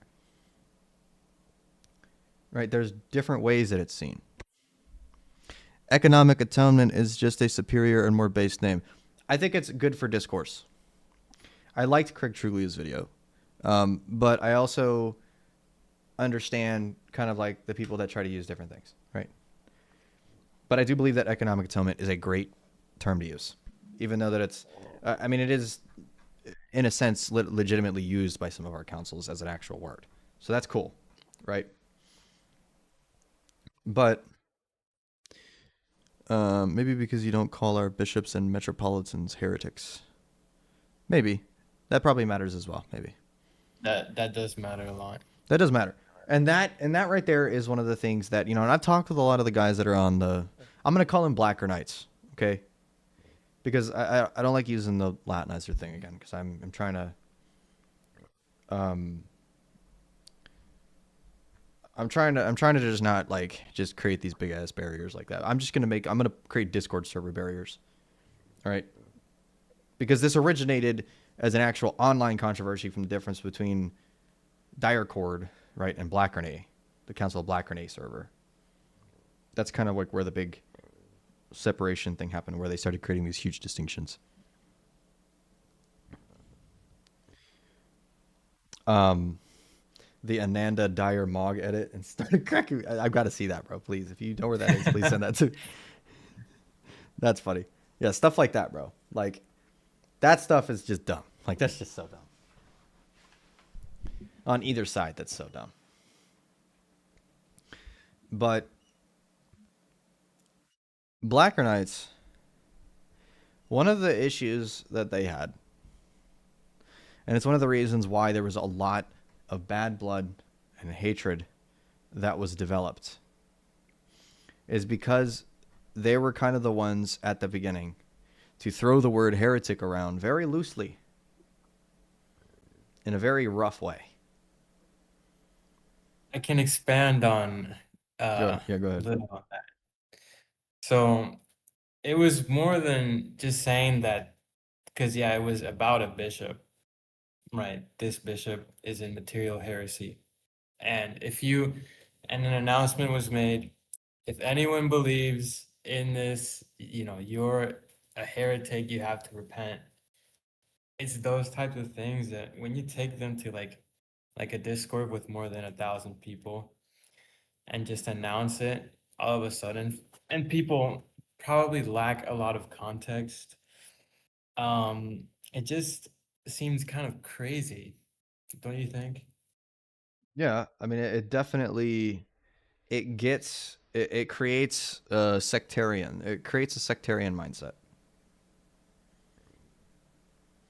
right? Yeah. And that's and this issue, in my opinion, and I don't give spiritual advice, but I will say this, is that this has the spirit of sectarianism written all over it, like clear as day. It's all over this, that the devil is utilizing this in some way to try to make it to where the Orthodox churches don't, or not even really, I guess, honestly, today's patriarchs, today's bishops, I have no idea. All right, I don't really read modern patriarchs and bishops' encyclicals or their theological treatises. There's not a lot of that going on right now. I'm just being real. Bro, you haven't read Bartholomew on why you should protect the environment? Come on. Yeah, I haven't read On the Environment by Patriarch Bartholomew, no. Sabo just dropped a letter? I'll have to read that.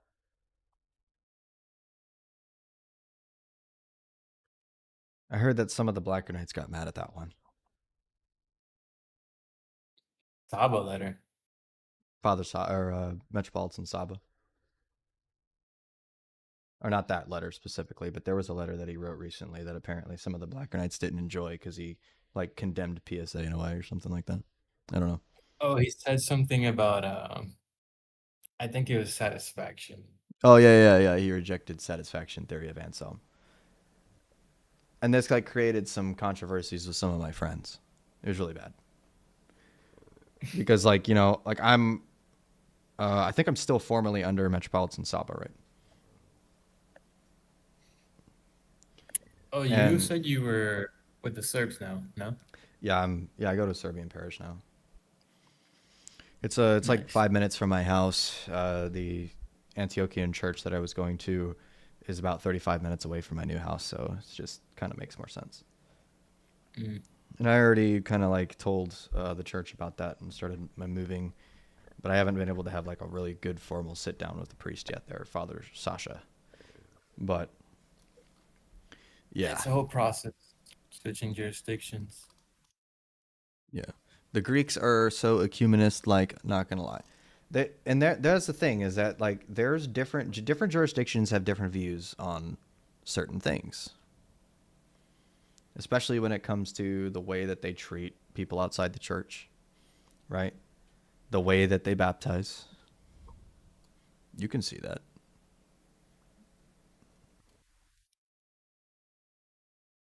So there is differences. I would say that that's Orthodoxy's version of the Roman Catholics having different schools of thought in philosophy. Where there's some views that like the majority of the church would go, yeah, I don't know about that one, Chief. But there is a group of people that still hold to it and they're not formally condemned for it. So then therefore it's kind of like a up in the wind situation. This happens in the Roman Catholic Church all the time. Like, do you know how often you see things like Scotists, for example? I mean, I can't even tell you how many people that follow Thomas Aquinas that have said that Scotists are like literally heretics for believing in their understanding of EED or believing in univocity of being and things like that. I mean, when you think about it too, right? The difference between analogy of being and univocity of being are extremely different in the entailments, right? Because like univocity of being entails some kind of entails that God is a genus. I mean, Thomas would freaking flip their lid. But that I think is where Orthodoxy kind of suffers from something like that. Is different patriarchates having different views on like things like ecumenism, or having different views on things like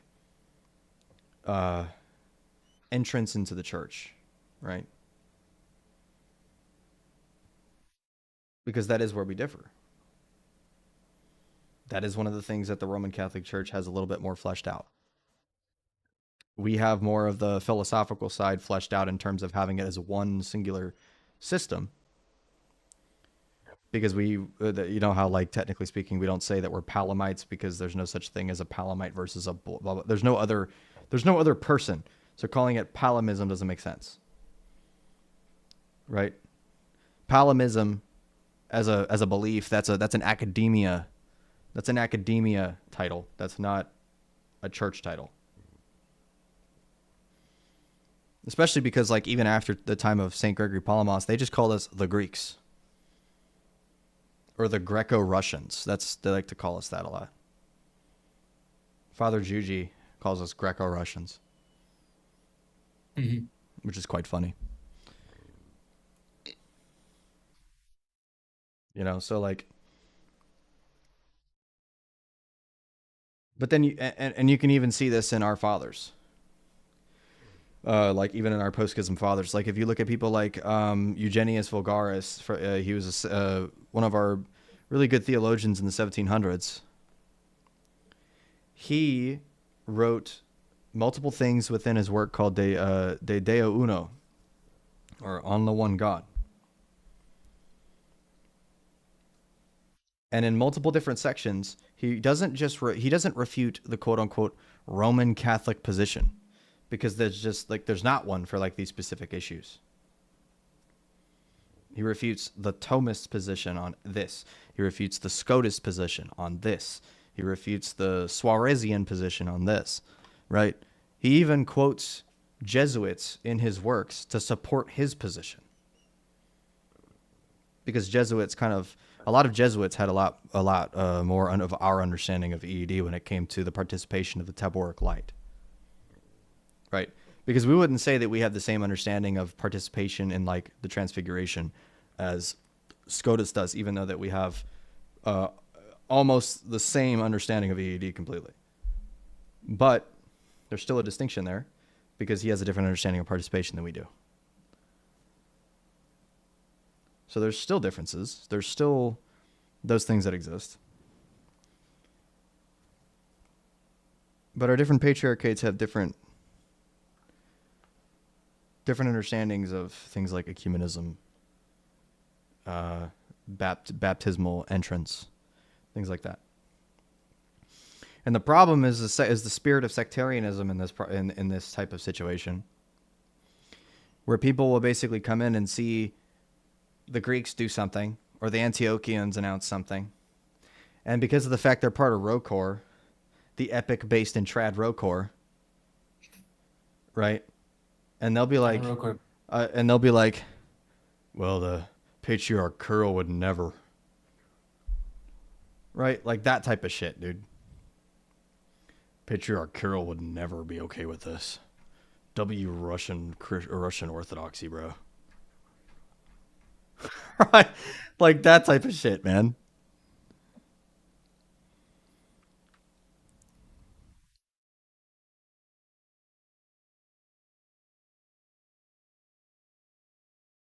Do you ever think we'll get a Dyer versus Agan debate? No.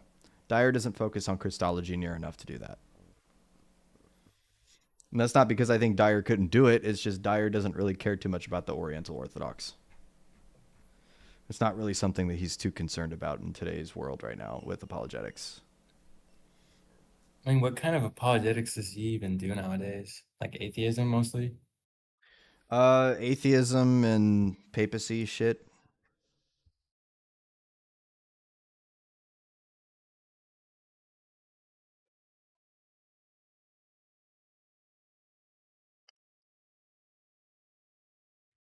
He's mostly doing geopolitics right now, especially because, politics are going a little bonkers right now.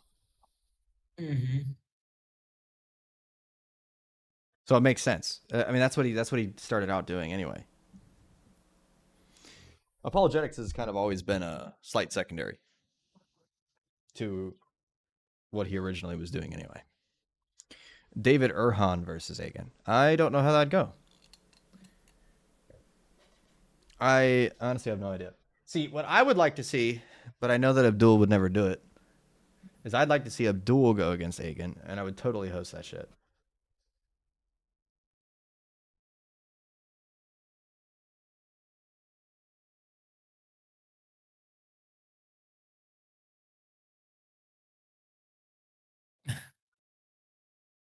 Can I be heard? Yeah, go ahead. Yeah. Yeah, I would never debate that dishonest kid. It's a waste of time.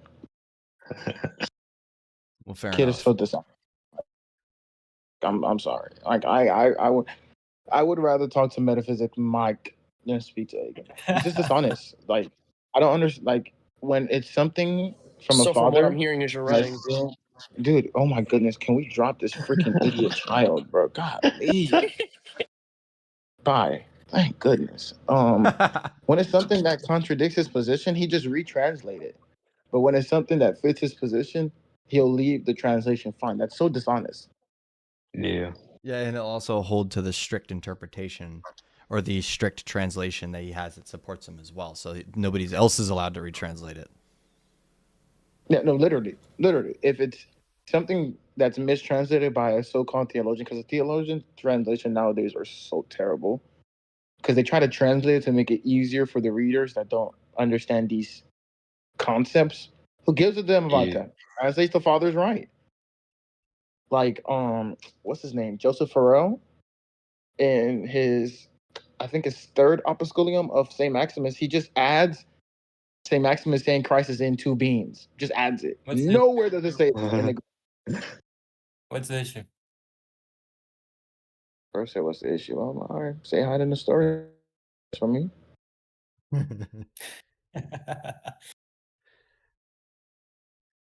But yeah, Craig dishonest, is too nice. I will admit that, Solo.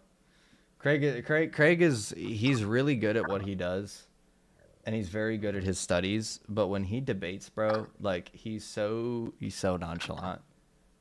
Craig, And like, yeah. Oh no, he got absolutely mopped by Egan. I won't even lie. I won't be dishonest. He doesn't know nothing about this concepts. Like he's good. Like he's all right. He's like Erhan to me. Erhan is basic in Christology. Like it's good. Like it's good for beginners. But no, he got walked by Egan. The fact that he could not respond to the second letter to Sixensis is just like that was terrible. Because then Egan just kept on quoting it, and he had no response to it. No, not just quoting. He was reciting it. So even those who say two natures subsist inseparably is an attack upon like. Yeah, he was. I low-key want to see Maximus the Chalcedonian versus Egan. He won't. They were supposed to. I've noticed that most of the high tier. I've noticed that most of the high tier like Diophysite debaters, they usually don't like actually want to associate with debating Egan. He's dishonest. He's a waste of time, bro. You remember your live when he just couldn't let Kata speak. Oh, that was fire. Kata could not even say, "Oh my goodness, bro!" I was getting so angry, bro. Yeah, I think that was actually talking. Everybody went on mute. Everybody went on mute when he was talking. We all let him get his 2 minutes of just saying utter nonsense. Kata stopped talking, cuts him off. My dude. Yeah, I think that moment was like when we saw the peak of Egan, and afterwards he just like devolved into grammatical argumentation. So like, what's the sentence object? What's going to be the inference for the like? I love that. He just switched up completely. Hey, Kata, what's the semantic range of what you're talking about, bro? Yeah. Wonderful. Bro, Kata, you do the same thing when talking to Filioque. What are you yapping about? Yeah, but it's cool when I do it. I just like to knowledge gap people when I don't know what I'm doing, bro. You know what I'm saying? Hit him with random big words. And like the fact that he only got popular from that change argument. Oh, what was the Battlefield Live? What was that called? Yeah, I called it Dr. Doom's Battle Planet Live. That was what I called that. That's the argument that he got famous for, because people, he just sophists himself. When somebody gives him an adequate response, it's like me saying, oh, you believe Christ changed because he went from not being incarnated and incarnated. What the hell? I mean, doesn't his own saint say that? Like the exact thing that he's arguing against? Severus of Antioch literally said Christ went from simple to composite. Verbatim. But no, when Severus says it, it doesn't mean that. Yeah, but you know what they never do? They never try to like give an explanation of their own position. It's always like attack. Oh my goodness. I think mainly the reason is that they come up seeming like they're on good faith. So then when you try to ask a question, they'll be like, oh, you're running. Well, dude, I just gave an answer. You may not like it. I don't care. What's the refutation? Like when I was debating Kyrillos, he changes his name all the time, but he's one of the Eganites. He's a friend of mine. Like I've known him for a while. He verbatim says that Christ went from non-being into being. I was like, so Christ is a creature to you? He's like, what's the problem? I was like, what do you mean? What's the problem? You're a freaking Arian. Forget Arian. Get Jonathan Hill for that, bro. He's been literally going on Twitter saying that Christ is a creature. Bro, yeah, no, that's blasphemy. Right now, Christ is created. No, okay, look, you can't say Christ is created. You can. You can't say you cannot say he's a creature, but you can say he's created according to his humanity. Saying Athanasius says this. Yeah, he does. I mean, DH posted a St. Gregory theologian about saying it as well. But anyway, back to the original thing that I was talking about. So, yo, can you mute Abdul? Mike's going crazy. So the original topic, I get to that still. You can see obviously like some of the theologians or people that are professing theology that come out of these different fields in Orthodoxy, right? Even prior to this online issue existing, right? You could see people, like I said, like Father John Romanides. You can see people like there's a priest, it's like Father George something, Rick, you know who it is. Florovsky? Yes. George Florovsky. Right. You can see that there were a decent amount of people that were coming out of different areas and supporting certain positions at a certain time. The issue is that this argumentation, this type of argumentation, right, of us supposedly having distinct ways of speaking, like the difference between people saying, I reject Augustinian original sin, and then other people on the other side saying, I affirm Augustinian original sin. If you literally ask the people most of the time, I'm not going to say every time, okay? But most of the time, when you ask the people, can you define Augustinian original sin? I want you to steelman what he said. They'll say, oh, well, he believes in personal guilt. And you're just like, wow. I didn't mean, can you tell me what the reformers thought of Augustine? I said, can you tell me what Augustine said? They're distinct. And that's kind of where the issue arose, is the way, like, dude, if Calvinists never existed, I don't think this ever would have become a thing. Like, that's my conspiracy theory. That's my schizo post of the day. If Calvinists never became a thing, if Augustinian butchers, if the butchers of Augustinian theology never became a thing, this would have never, I think, been an issue. Because even people like Father John Romanides, who a lot of people attribute to as somebody who hates Augustine, right? He, every time that he talks about Augustinian quote unquote doctrine, he always says that, no, this is actually something that arose in Anselm. This is something that actually arose in Calvin or something like that, right? Most of the time when he's arguing against the Augustinian theology that he believes,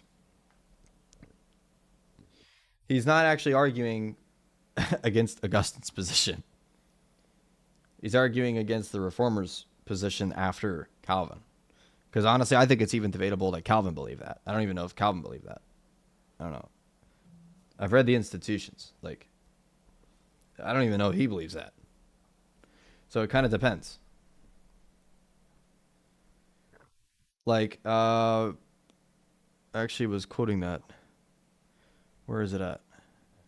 The thing with Protestantism is that you can like say that someone believes this that is terribly wrong, and you're probably right. Like somebody does believe that, maybe not the person that you're talking about. Mm-hmm. So you do like successfully refute someone, I guess. Yeah. I mean, like, he is refuting certain heresies, like personal guilt. The way that he's refuting it is a problem. But the thing is that that's not actually Augustine's own position.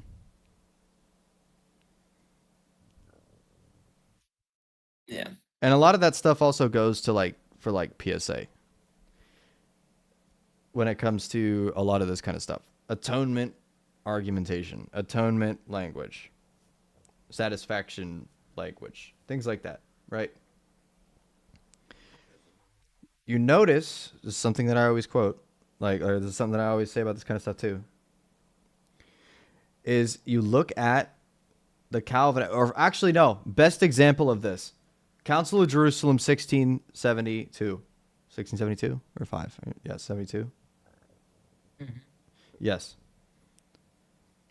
Was that council the condemnation and refutation of Calvinist dogma?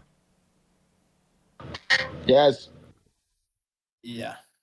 Why was PSA not one of those things that was refuted? Because it's just like implied that it's condemned. Okay. It's just an axiom. That's my entire. So that's one of the things that I say about this kind of problem. You look at certain councils that refute certain heretics. You look at the things that they disagree with that heretic. They don't literally just say everything you say is false. Nobody says that to a heretic. I do, and Saint Cyril says that. Okay, bro. Whatever. So you think what's it called? John Becko's got something right? You heretic. Yeah, he believed Jesus was God. Forgery. No, Show he me didn't. Right. So heretics can have positions Running. that. Okay. Heretics can have positions, right, that are correct in certain fields. And this is actually shown at the Council of Ephesus. You look at the Nestorian Creed. Notice how this is actually something I love to do regarding the Filioque. Aquinas said it was condemned, so it was condemned. All right, bro. If you're going to keep trolling, I'm going to boot your ass out of this call. So this is my point for this. We'll use Ephesus as an example. Okay?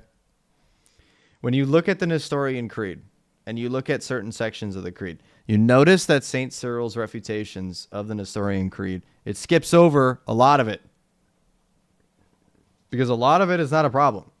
Like, for example, where he says that the Holy Spirit does not come from the Son.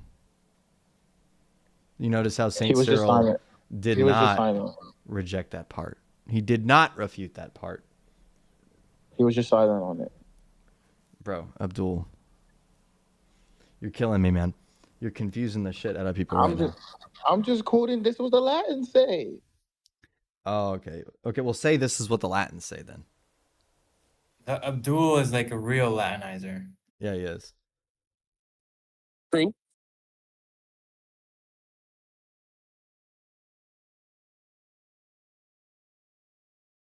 I don't have to react to Calvin's shopping list. Correct. You don't have to read Calvin's shopping list. But anyway, there is things, obviously, of the way that Calvin portrays PSA that leads to problems. And that's because he had a different understanding of the Trinity in a way. Very subtly. It wasn't huge. Because the whole view of the Son ontologically separating from the Father so that the Son felt the wrath in that manner, that's something that the later reformers would believe, not the earlier ones. But that's because they get their things from Calvin and then they have to interpret Calvin and then, W interpretation, I guess. But that's how that goes. And the problem is that you see people like that. And then over time, those are the people that everyone points at and goes, this guy's the problem in the West. And then people also point back and say, Augustine started all of this. It's Augustine's fault.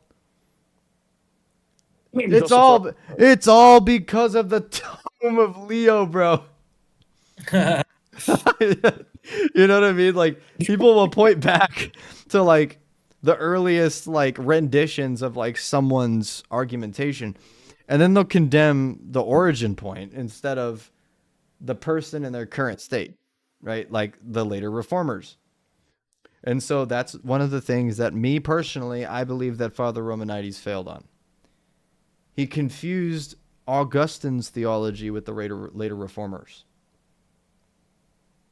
And that's just from, I've read like 5 different works from him at this point. I've read his dogmatic theology, right?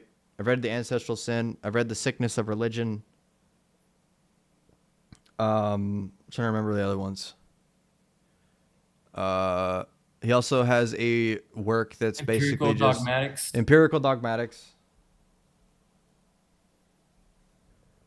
Right. Empirical dogmatics is also just kind of like a bunch of shit put together. It's not even really like an actual work. Technically. It's just like a bunch of stuff that he said over time put together. But yeah. You know about scholasticism, so you know that there's like at least like maybe a dozen ways to interpret Augustine's soteriology and views of predestination. Yeah, absolutely. And some of them like they are more extreme than others. Some of them are even like compatible with orthodoxy and with the Scythius. And I think it's just really easy to attack like the one that you think is the worst sounding one and make that the representative of Augustine's thought and just like run with it. I think it's pretty easy. Yeah. And Hey Bryce, yeah. what's your view on unconditional election? I'm agnostic. I haven't studied it. What about total depravity? I don't believe that. I think that's impossible in our view. You have to be monergistic to hold to that. So, which of the 5 points of tulip do you say you would hold to, or do you reject all, or are you agnostic to some? Well, I reject total depravity because that denies synergy. I don't know how I feel about unconditional election. I haven't read anything on it. What is the L? I don't remember. Limited atonement. Limited atonement. What is that? That Christ basically only died on the cross for this for the saved or whatever. Yeah, kind of. I don't know about that one. That kind of goes. I think that goes completely against recapitulation. So I would say that I don't like that.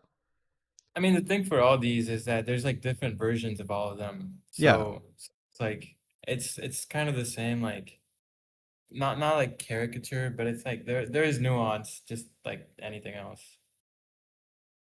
Yeah.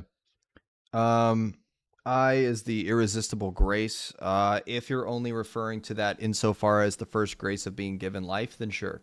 But I know that's not what they believe, so I deny. If you're talking, and then perseverance of the saints is just that, isn't it just that God is going to make sure that the elect don't fall away or some shit? Yeah. Yeah, pretty much. I have no idea how I feel about that. I haven't studied the fathers on that. I mean, the thing with like perseverance has also to do with the fact that, you know, once you are saved and like irresistible grace like makes you have faith, then there's no turning back from that. But since we hold to baptismal regeneration, even in infants who don't have faith, then there can be people that at one point they are saved, but then they're not. Yeah. So that like completely kind of undercuts a notion. Well, there are some people who obviously believe that like the elect can fall away for a period of time, but the idea is that they will always essentially come back, which isn't necessarily something that we would disagree with per se. But I mean, I guess I don't know. I guess put it like this. There's a reason right? why. Well, I think it has to do with this, right? Whether or not that God has actually determined that they will come back versus God knowing that they're going to come back, so then therefore they necessarily come back. I think that's different. I think that would be two different views of, I guess, perseverance, right? Because like the Calvinists, it's because they're more modern,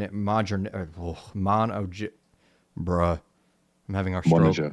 Monergistic. Abdul, shut up. Abdul, shut up. I saw you about to unmute. Shut the hell up. I knew you were gonna say some stupid shit as soon as I stuttered. I'm sorry. Because they're more monergistic, right? It kind of entails more that the reasoning behind why they come back is because of the irresistible grace. right? Or because of the fact that basically they're part of the limited atonement, right? Because they're unconditionally elected, because of the fact that they are, or because of the fact that they've been shielded from the total depravity by being chosen, right? Like all of these things kind of like web together in their view, right? Kind of like Danny Town actually in YouTube chat. Yeah, he just said they all presuppose each other in some sense, right? They do. And so like, it's kind of a different entailment. Like I could say that I hold to the perseverance of the saints insofar as that God knows that the elect are obviously not going to fall away because he has the knowledge of them not falling away, blah, blah, blah, boom. But that also has to do with the logical priority of what's in God's mind versus what's in God's decree. There's actually a debate that I had with a Presbyterian recently, a Calvinist, where we basically were talking about the logical priority of whether or not the decree is before the will. And he believes that God's decree is prior to the will, logically.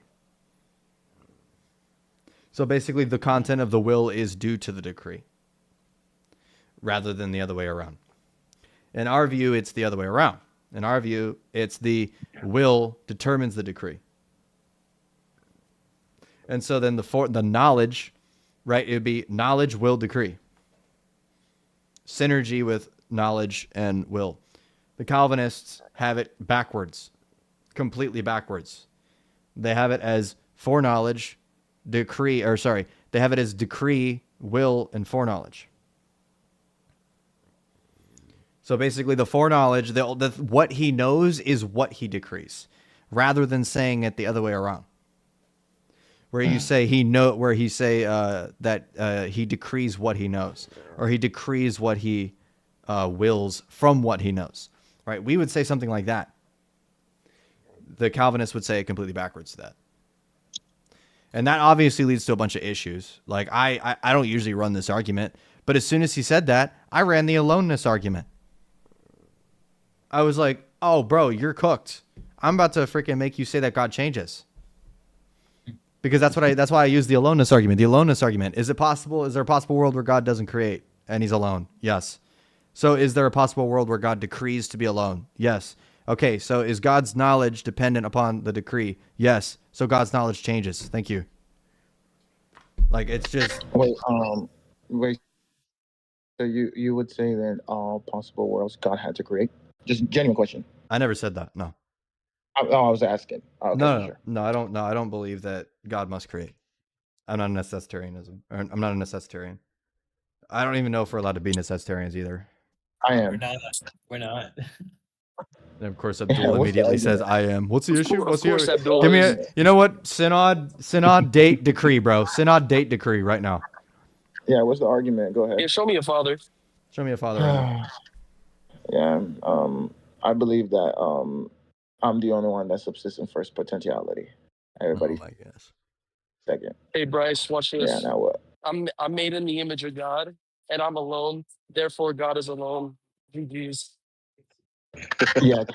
That's absolute blasphemy. I got to get you out of here for that one. I'm not even gonna lie. You got to go. What the hell? Crazy, bro. It says, I'm reading the Catechism of St. Peter Moila, and it seems like we utterly affirm transubstantiation. We utilize the language because that's the way that the West uses the language, so it's good for discourse. The difference is what is actually causing the transubstantiation. So we still have a different view from the West on that, right? We affirm metausia. What the hell? What the hell is metausia, bro?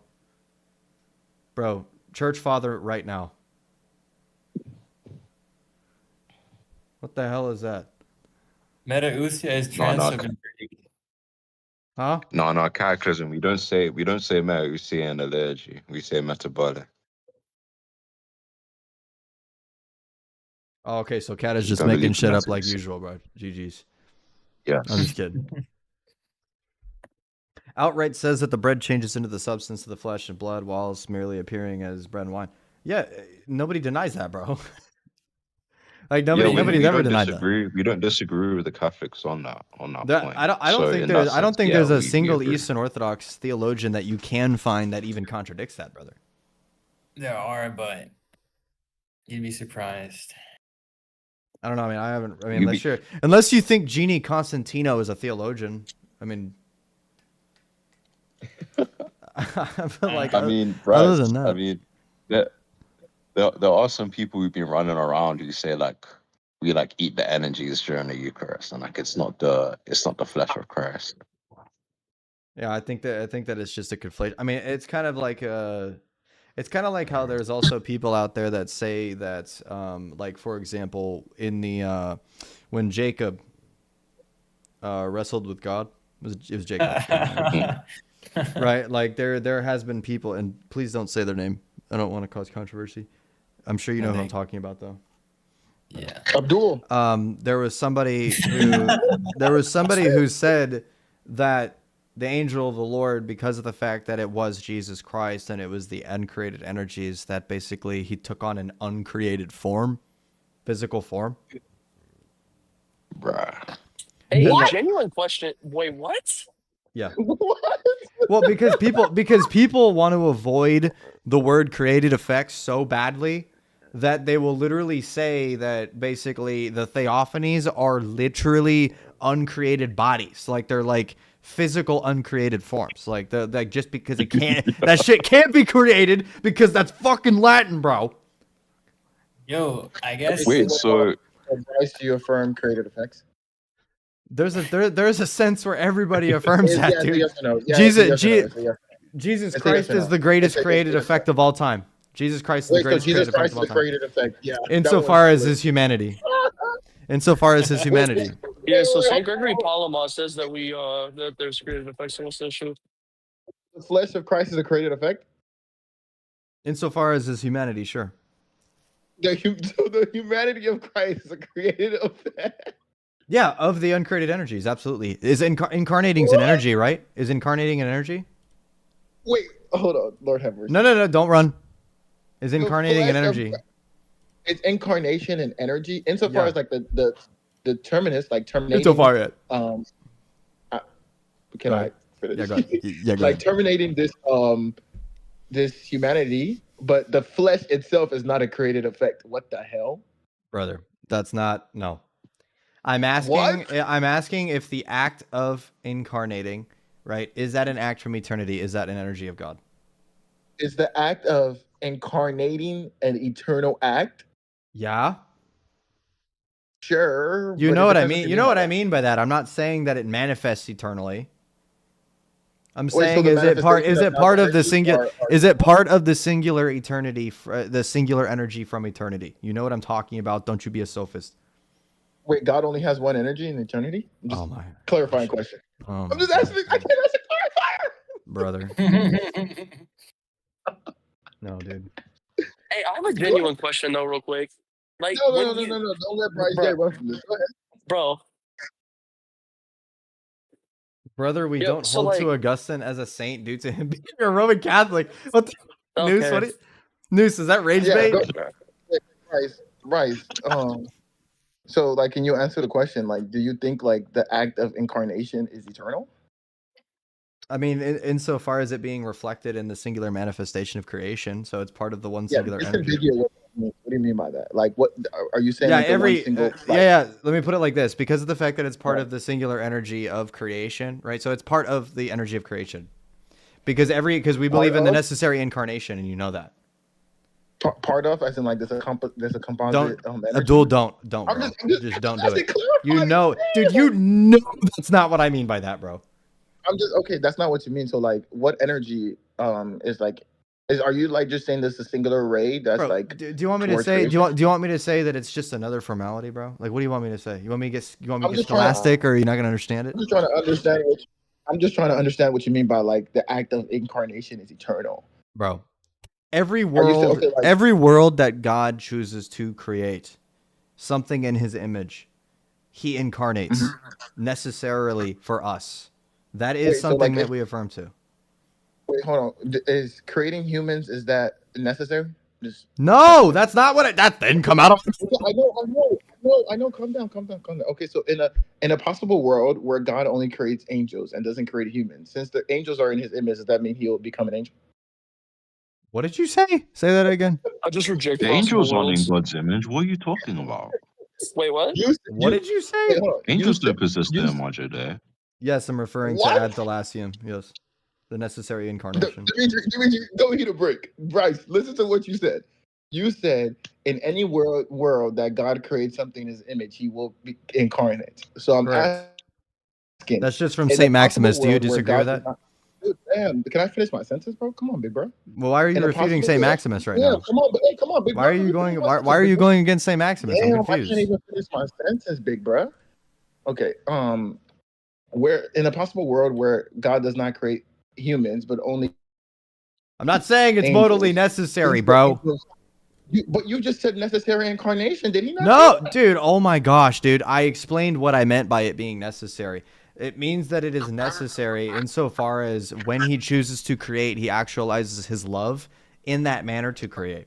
And if he actualizes his love in that manner to create, he would then choose to, right, necessarily by that same love to commune with said creation, if he loves that creation. That is why it would be considered a what? I'm sorry. Go ahead. I didn't mean to.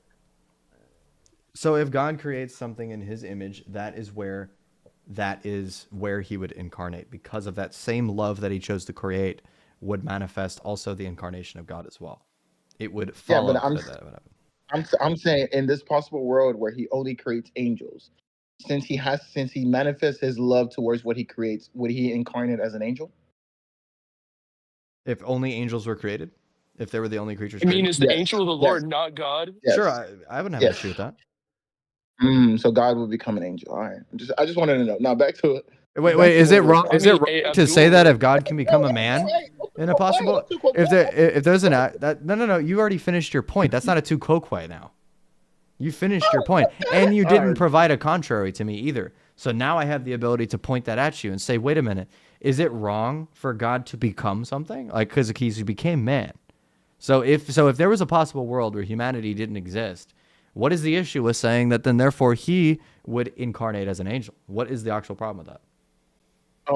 I didn't posit that there was a problem or there wasn't a problem. I was just asking. So you reductioed me for no reason.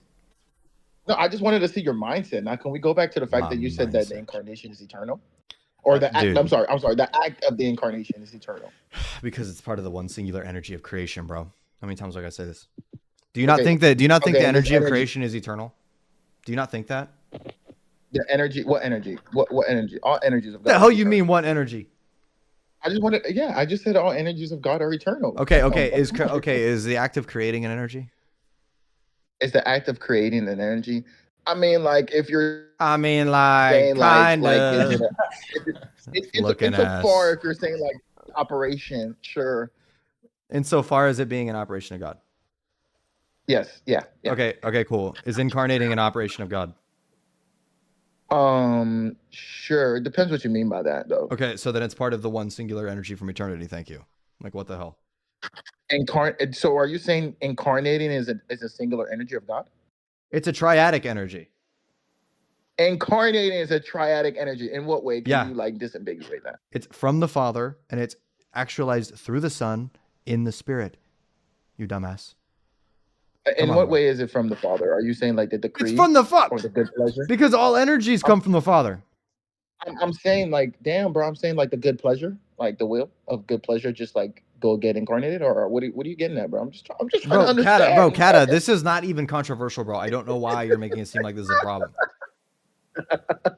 If you don't think this is a very specific thing that occurred that God actualized.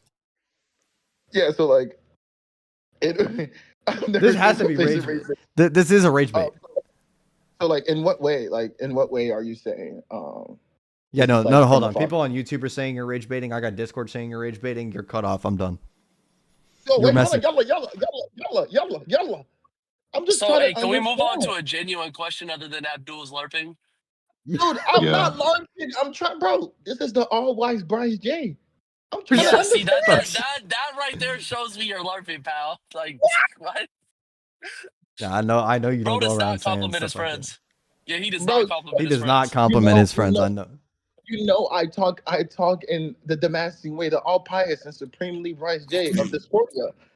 No. Yeah. I talk in the Saint Cyril way when talking, about other bishops and receiving their letters.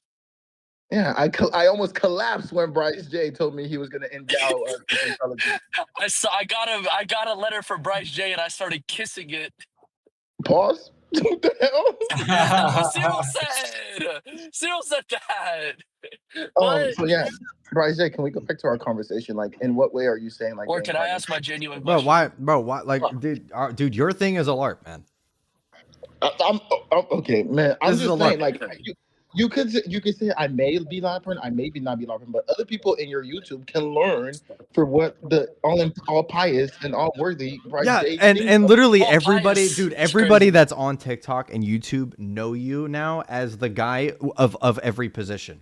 Like, do you understand that? It's that neoclassical Like, dualism. like, Yeah. especially on the YouTube side, bro. Every time, like, as soon as you joined on here, the chat was like, "Oh shit, that's Abdul. This is gonna be funny." Like immediately when they heard your voice, because they knew that you were gonna LARP some position to rage bait me. Hold on. Have I not been on your YouTube and edified people with great theology before? You have, but you also approach me sometimes like you're somebody who just converted like Jason, bro. Like, I don't know what you want from me. Isn't today supposed to be a Q&A type of day, Bryce J? Yeah, it was. But your questions are rage bait questions.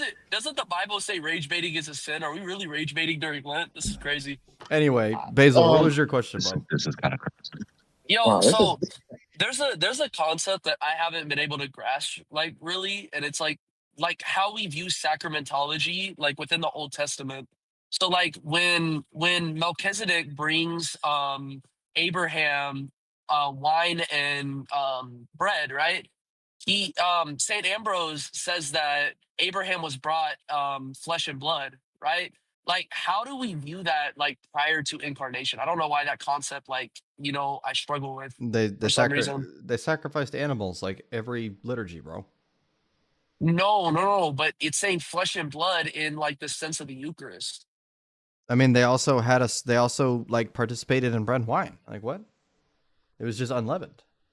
I mean, what's the what I would just say in response to that is the Lamb is slain before the very foundation of the world. So I mean, you could posit in a certain sense that maybe you could have had the Eucharist before Christ died within time, because I mean, well, yeah, and then it goes, like, to the next question of, like, well, like, is this going to be before or after Abraham's original sin has been cleansed, right? Because, well, he's taking the Eucharist in a manner that he would still have original sin. Like, I don't know why, it just feels like this, like, view is very weird to me.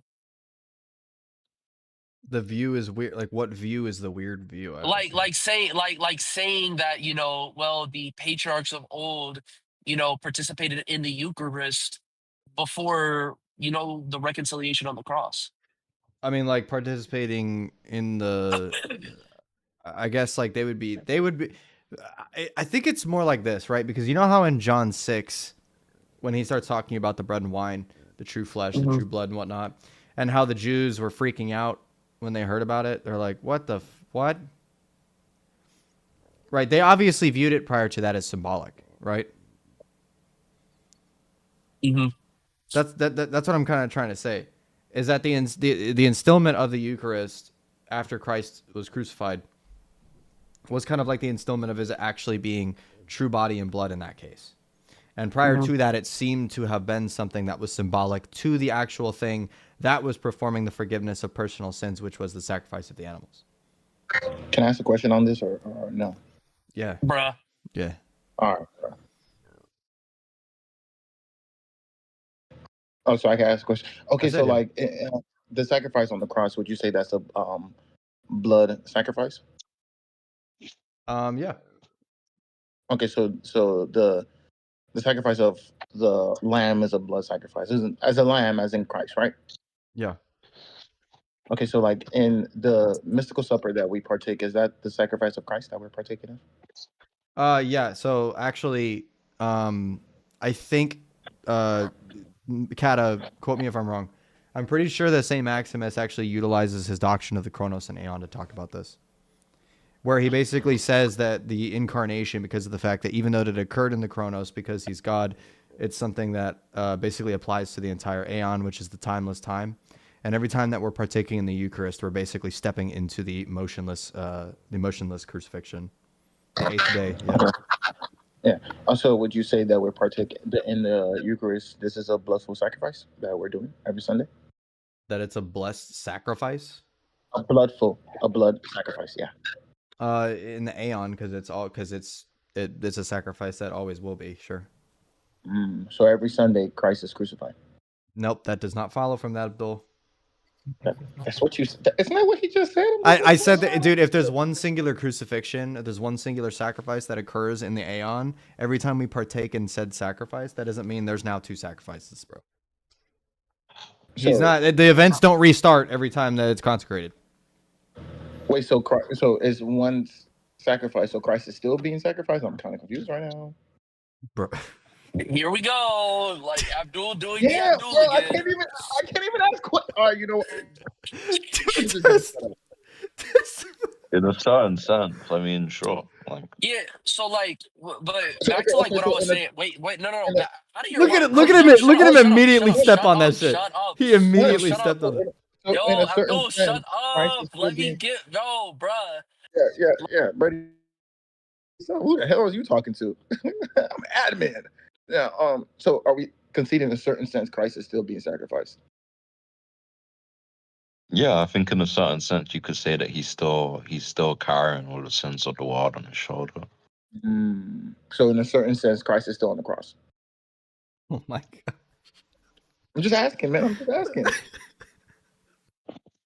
Sure. Bro, Yeah. I can't ask a genuine question without this guy LARPing, bro. Like, I'm asking no, you're not. You know dang well you're not.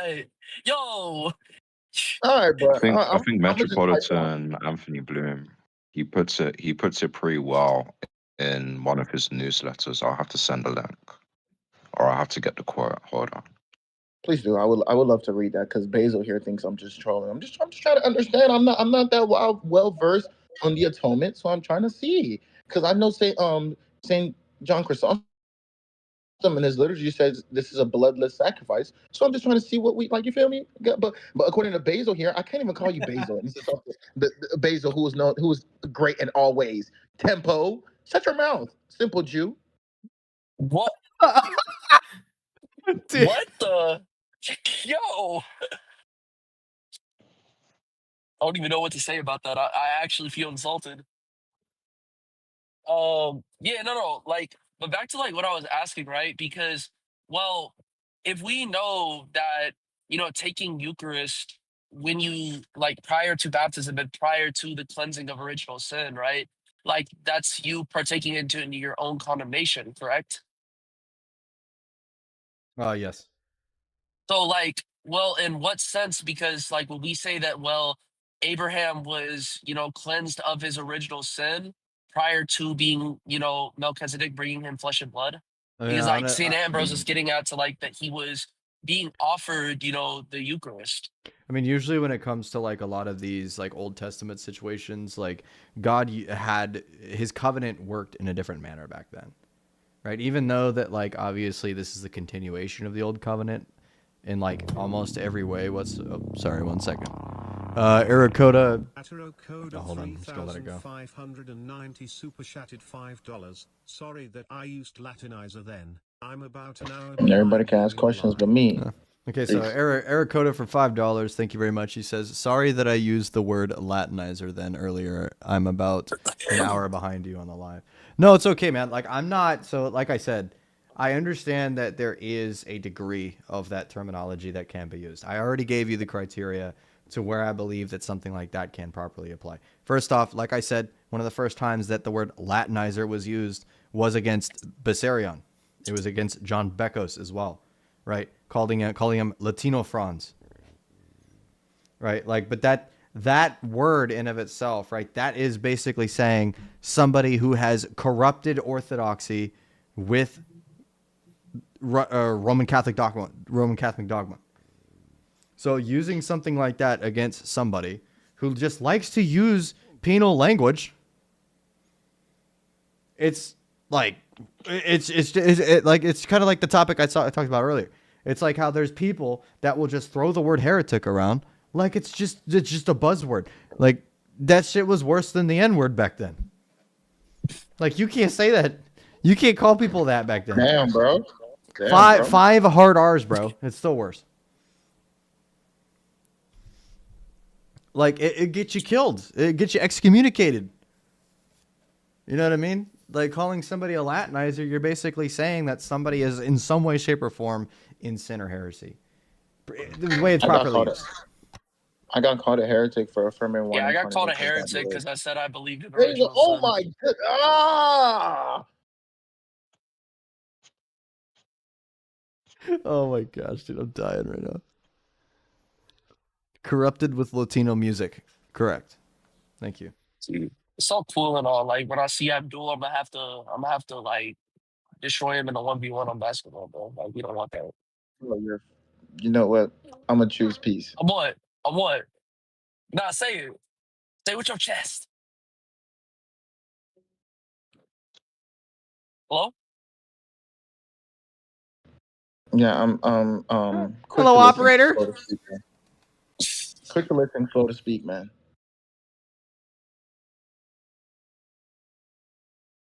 Yo, click the link. Hey, Bryce. So, what's your view on is of identity? Not even that analytic philosophy in the case of the triad, man. Analytic philosophy. Yes, sir. Oh, it's a doctrine of demons. Amen. So you wouldn't say that the Amen. Father is the only God by identity. No. Okay. So the I'm trying to Son understand. isn't God by predication. No, I think, and besides, like the way that the analytics also posit predication versus is of identity is also different than the way that would be used in like the scholastic way. That's another problem with that, is that like the way that the analytics use it, like if you strictly just hold to the analytic view, it's not in of itself a problem. The issue is that it's just not the way that the Orthodox Church actually proclaims those words in the first place. Like a predicate in analytic philosophy is just, it has different entailments than a predicate in scholasticism or a predicate just in Orthodox theology. Like they mean different things. So if I say that you are something by predication in the scholastic method, it's a completely different, it literally just means that you're participating in that thing. Right? You're only that thing because you're predicated to said thing. Wait, right? but what about the fact in that the analytic Scriptural philosophy, well, hold on. Because in analytic philosophy, if you say that you are something by predication, they could say that you're that thing because of the fact that you come from another thing that has that thing. Therefore, you're that thing. Therefore, that's predication. See, that's the way that Dr. Joshua Sijwadi thinks that purports to. Which, if you just said that without the is a predication thing, it's not that bad. But the problem is that language doesn't work very well with Orthodox theology, and it confuses too much shit. Okay, but what about the fact that they confess that the divinity is a genus? I mean, a species. You just have to show me that, and then I'd just probably stay agnostic on it because I haven't read about that. Oh, I got the clip on hand. He said the divinity is a genus? Yeah, well, Bo Branson actually said it. Branson argues that the divinity is a species, and when Fanatic Thomas and some other idiot called him out on that, saying that none of the fathers after the Cappadocians, like Cyril, the Damascene, and Maximus, interprets the fathers like that. He says verbatim, "I just do things a different way." Right. Yeah, dude, he's just That's cold, bro. He's just You based do in things a different way. He's just based trad and obscure pilled, bro. I don't know what you want. He's a son of hell, and then he makes all these people the proselyte like Christ speaks of 2 times the son of hell than they are. But yeah. So Bryce, I got a question for you, man. This is and I promise I'm not trolling. I'm not trolling. In your debate with Metaphysic Mike's, why did you not want to say Christ was a human person? I'm so lost. Because you know what he was trying to do, right? I know you can see what he was trying to do from a mile away, bro. I wasn't gonna grant him that reductio he was gonna try to pull. What, that means he's two persons? Yes. Yeah, I'll simply ask him what the hell is the argument for that. I mean, yeah, I get to your time. His time was running out. Like he wanted to get it like last minute. And you know, obviously, like he would be able to make at least a general argument for that, dude. Yeah, from like the way he argues, I would say differently. His arguments are terrible. And it's funny. It's funny too because I even used a little bit of a tiny controversial thing too that like some people don't like using. Like I said that he's a divine. I said that he's a divine person and that he's economically a divino human person. How is that controversial? What the hell? Look, dude, I don't even want to get into that tonight. That could be another time. But there are people that definitely are terrified of hearing that come out of someone's mouth. Okay. That Christ is a theandric hypostasis? Not really Yes. that. Yeah, it's just the way that some interesting people on Twitter word it. Let's just say that. Yeah, I'm not gonna say Are we something. talking about Jonathan Hill? Dang it. Might be. Yeah. Might be. Yeah, that guy's an idiot. He said the virgin is the mother of a creature. I'm not doing this. Glory to the divine conjunction, bro. W. And then when engaging with this guy, he was asked, "Can you define hypostasis?" He says, "It's an essence that is not just an essence, but with properties, and it's a properties that's just not a property, but it's still with essence." Nice. Oh no, bro. I'm gonna start using Metaphysics. Saint Athanasius will condemn you to hell for that. I'm not even gonna You know the thing that's really funny too is that he was trying to use the qua argument, but the qua argument doesn't get you out of the contradiction. It literally does. Well, I mean, did you not catch in his opening statement when he said that the by means which is the person? What? Say that again. Like he thinks that the principle of motion is the person. Oh yeah, and that was kind of like the root of the entire problem. Is that if I said that the origination point for said action or said nature, or not, I'm sorry, property, the origination point for said property or energy is something that's proper to nature and it's utilized or actualized by said person, then therefore the properties themselves, when speaking about them being possessed by a person, is not in the same respect. And he just blew over that and just didn't even like attempt to actually address that. He just decided to say, no, they're still in the person. I'm like, okay, like what? Like, again, like, did you even hear anything I just said or what? Some people just need to read the Scholia on the Incarnation by St. Cyril. First off, is there actually like a scholarly English translation of that? John McGuckin. Father John McGuckin. Okay. It's a very good work. It's in his book. I would two works I would recommend for the most Diophysite works of St. Cyril. Oh, I was thinking of St. Maximus's Scholia on Dionysius, my bad. Oh no, there's no scholarly work on that. But two of the most Diophysite work of St. Cyril is his Scholia on the Incarnation and his letter on Orthodoxy to Emperor Theodosius II. Those are the two most Chalcedonian letters of St. Cyril. It's like irrefutable. But Agan actually quotes both of them, so Agan actually answered that in his 8-hour video. Yeah. So actually retranslated it. I answered that. Yeah, he didn't like the Greek scholars, so he translated himself. Did you see that he made like apparently he's making like 1,000-page or 1,000-slide freaking thing on the papacy, and that's why he's been so quiet recently? Yeah, no one cares. It's funny too because like you know dang well that he's gonna make it a singular video that's like 28 hours long and nobody's gonna watch it, and then he's gonna be like, yeah, I already addressed that, dude. Sorry. That's the J. Dyer method, bro. It is the J. Dyer method. It's dude, and it's so goated too. It's so goated too because I've totally used that excuse like multiple times. A 3-hour lecture I actually answered this in my philosophy, my Christian philosophy 101 thing. It's about 4 hours long. Oh, you can go watch that. Like it's a members only, and I'm like, oh, get your money up then, bro. I don't know what to tell you. That's a very Jewish thing to say of you, Bryce. You see the PFP, bro? I'm embracing it. I'm not a goy anymore. What I would say. So you are a Jew. Okay, thank you. I'm not a goy anymore. What I would say about Agin's papacy stuff, I bet you 100%. If it's 10 hours or however long it is, 98% of it's going to be on Leo. I promise you. He's just going to attack Leo. Oh, Leo erred in faith, so that the Chalcedon can't be true. If Chalcedon is not true, then Vatican I is not true. And It's then funny I'll prove too that Leo because erred in faith because he contradicts Cyril.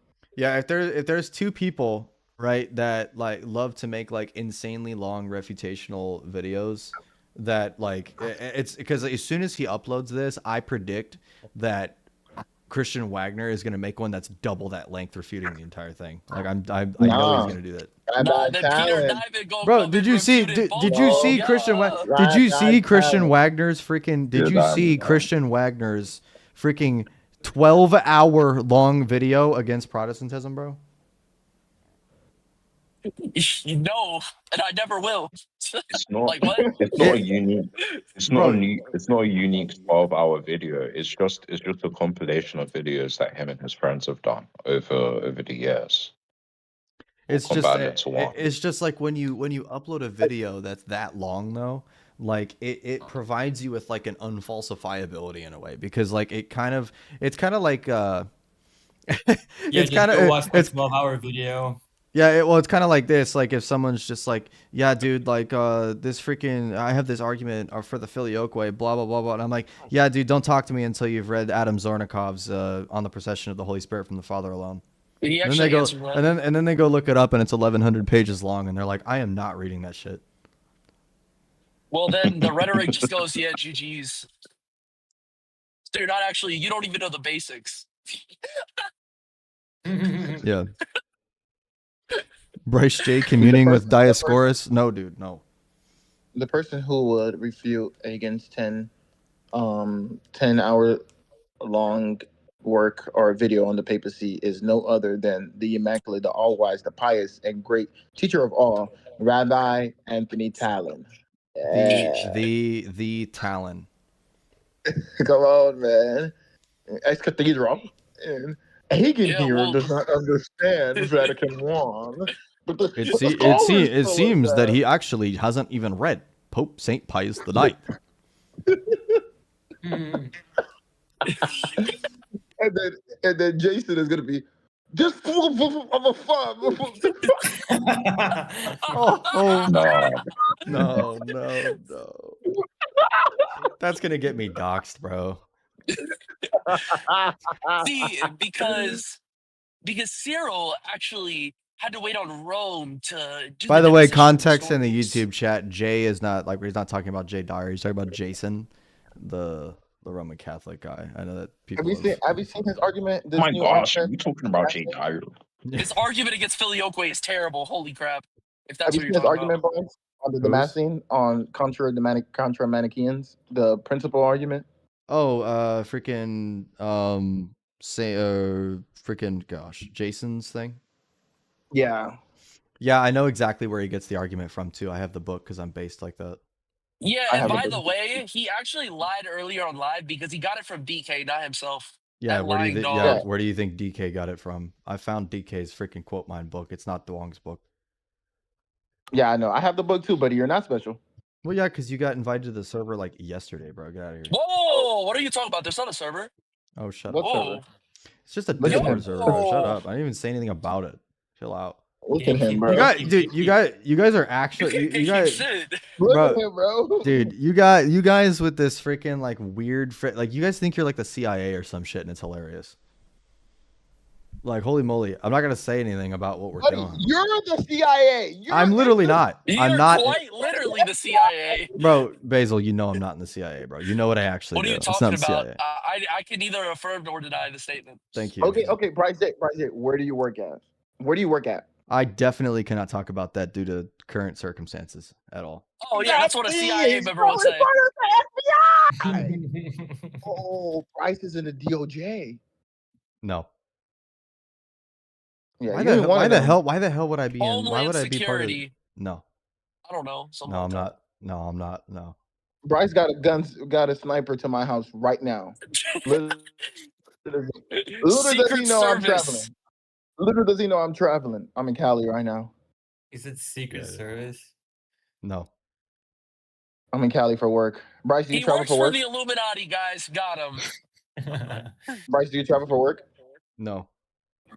Mm, I can't. so you don't work for the process. You So can. you don't. So what you're telling me is you don't drive to the place you work. So Okay, dude. so you Do do you wait? Hold on. Okay. Wait. Do you work in an office or do you work from home? I work in an office. How many stories is in this office? How many what? Stories, like how many stories in the building? I am not saying that.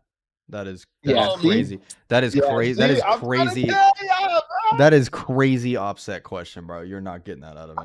Oh, I just want to know how big the building is. No, I cannot do that. Okay, is the Sorry. building mainly made of windows? What? Is there a lot of windows in this building? Not saying that either. Yeah, see? Damn, bro. Damn, bro. Do you have a badge in this said building? Sure. Do you need this badge to enter into the building? Yeah. Does the badge have the letters C, I, and A on them? No.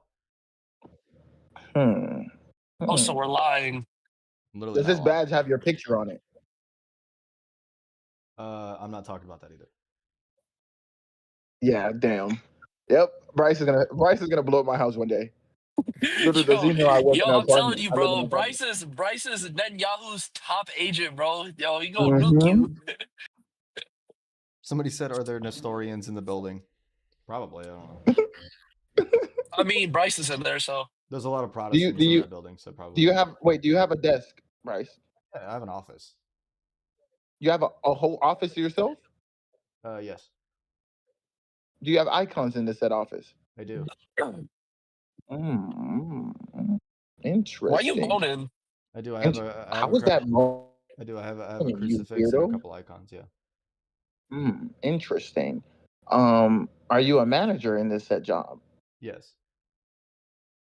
How many people do you have under you, working under you? I can't say Yo, that. this is a little too. Yo, hold on, bro. I can't say This is that. getting crazy. Hey, Temple, just because you jobless don't gotta say nothing, you little freaking Jew. Whoa, why you up in my business like that? Oh, damn, I didn't know you were jobless. I was trolling. My bad, big bro. I mean, bro, Abdul, What you the? can just like look him up on LinkedIn or something. Yo! Oh my! Bro. Hey, Temple, what's Bryce's last name, man? I'm not telling you that. What the heck? Oh, give me his government, bro. No. There Bryce. actually was a couple Catholics that figured out exactly what I do because they doxed me. Damn. Bryce J. What is J? Bryce. Bro, You know do you not? who I could leak right now's name? I could leak Abdul's full name. You don't know my full name. Tung Sahur, bro. Oh no! Oh no! Wait, that's gotta be racist. Wait, no, that has to be racist. What? Wait, Temple, you know my last name? Yes, Yeah. What does it start with? bro. What's the You first letter, said it bro? in our DMs. What is the first letter, Habibi? Yalla Latif. Oh, what is the first letter? You really my want me last to name. do that? What is it? A letter is what is that gonna do, bro? Yeah, I got you, gang. Yeah, I'm only answering the extremely vague questions. When you say you need a badge to get into the building, it's just like, all right, whatever. I mean, sure. By the way, yeah. So yeah, it's what's it called? L. Yeah, that's not my. You're a freaking idiot. That's my first Oh, name, sorry. A. Yeah, it's an A. Yeah. Yeah. Okay. Yeah. Bryce James? Is your last name James? It's my middle name, bro. Jay is not my last name. James is not my last name. Bryce James. Oh, you thought Jay was my last initial? You think I name, would do that shit? Are you crazy? His last name is actually Netanyahu. Bryce James Netanyahu. Oh, that's not a bad name, man. That's kind of beautiful, man. Thanks, man. Thanks, bro. It's actually Bryce. It's actually Bryce. It's Bryce James Rockefeller. Hey, Temple, do you know Bryce's last name, perchance? Yes. It's not a cat in the background. That's my corgi, bro. Hey, Temple, go ahead. DM me that last name, bro. Come on, big I'm bro. just not gonna do that. I just wanna, Bryce. I just wanna connect on LinkedIn, bro. Come on. You're just trying to connect on LinkedIn. I tell you what, I will connect. I'll tell you what, I'll connect with you on LinkedIn right now if you send me your full name. Okay, I really don't care to give you my full name. That's not a problem. Are you on LinkedIn? I'll actually connect with you. I don't care. Yeah. Yeah, here you go. I'll DM you my phone name right there. Search me up. Yo, send it. Yo, forward it to me so I can fact check it too. What the fuck? What you the hell search it is up- that? Sorry, my bad. That's my first and last name. I Wait, swear. that's gotta be racist. Wait, no, that has to be racist. No, what? Sorry, my Why bad. you say what is that? My bad. That shit looks like my cat freaking stepped on my keyboard. My name looks like wow. I can't be African no more. Nah, Bryce, forward it This to is me. I'll racist. fact check it for you. I got you. Search me up, you'll see my head. You'll see my head. Crazy statement. You're a faggot, bro. Oh my gosh, Whoa! yo, dude. Oh, my fault, big bro. I forgot I can't Dude, say I'm live, bro. Oh my god. Hey, bro, hear me out, bro. I'm British. I was talking about a cigarette. Oh my gosh. I'm No British. way. You can't just Actually, say that. that's a type of food. That's a type of food, actually. Bro, I can't talk about a cigarette, bro. I'm British, bro. Pass me a fag, bro. Golly, bro. Yo, bruh. I'm British. You are not British. You don't even have the accent. Dimitri's the only one who can say that. Damn, Bryce, what you doing? Doing a background check on me, bro? No, I'm just making sure that's you before I hit follow. There we go. Obviously, I know that because wait, huh? No, what? I don't have that. I don't have that information on my LinkedIn. Oh yeah, you do. No, I do not. Oh, was it wrong? No, that's a fact. But I'm saying it's not on my LinkedIn. Oh really? So you don't have a have a picture of you. You don't have a picture of you in a football outfit. I got him on my LinkedIn. No, yeah, bro. Okay, bro. Dude, what are you? It's me. Wait, Bryce. What's the first letter on the football uniform? That is not my LinkedIn. Damn, who's that? Okay, hold on. That is probably an old LinkedIn of mine, but I don't use that. I don't remember even having that. Yeah, Bryce. What's the first letter of the football team on there? Hold on, I found another one that's literally the exact same thing but slightly different.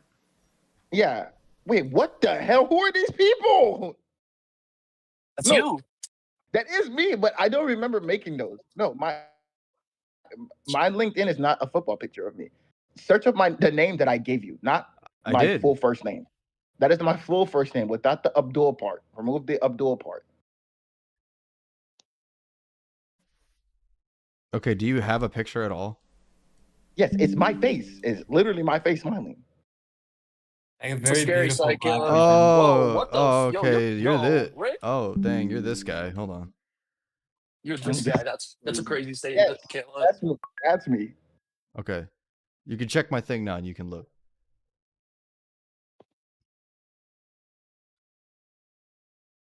I mean, Abdul, you're just gonna see that I wasn't lying. You CIA. What? What are you talking about, bro? Bro, Bryce is CIA. Bro, Tempo, shut up, man. Stop breathing. Hey, my name is Basil. You, buddy. Tempo. Rick, I'll unalive you, buddy. Okay. Bro. Now I know Bryce can't kill me. All right. Okay. I'm good. Dude, I'm trying to DM you on LinkedIn. What the hell? Best part Did you about give him my damn name? the best part about that though is that what it says on LinkedIn is not actually my job. It's just my title at the company. So yeah, Bryce is gonna kill me. Yep, confirmed. That's why I said I was like, yeah, sure. I mean, I'll go. I'll freaking I'll add you on LinkedIn, bro. But like, I don't have my actual job on LinkedIn. Like, you're crazy. Yeah, Bryce is like, yeah, kill confirmed. Now he knows what state I live in, what city, and where I work at. Yeah, I'm a dead man. How many governments has Bryce toppled in his spare time at the big Yahoo quarters? At least 3, guys. Not gonna lie, at least 3. I can't believe there's 40 people listening to this conversation right now. Bro, they can do so much better stuff hilarious. with their Like, time. you know the best part about it, Rick, is that like halfway through, like when we started doing this, like people were actually like praising it in the chat, saying, "Yo, you should just do these more often. These are vibe, dude." Yeah, see, bro, I bright up the room, bro. It's me. It's me. It was long Oh, before hell you no. came in here, bro. Jews. Hey, so Abdul. Is it the 7K per month, bro? Shut up. I make more than that. So Abdul, if Nestorianism isn't true, why does Saint Gregory of Nyssa say that the servant who was born was not the Lord? Yeah, because the Lord there is being taken as divinity. Now what? Yeah, Danny Town said this is great background noise. So the servant that was born wasn't divine?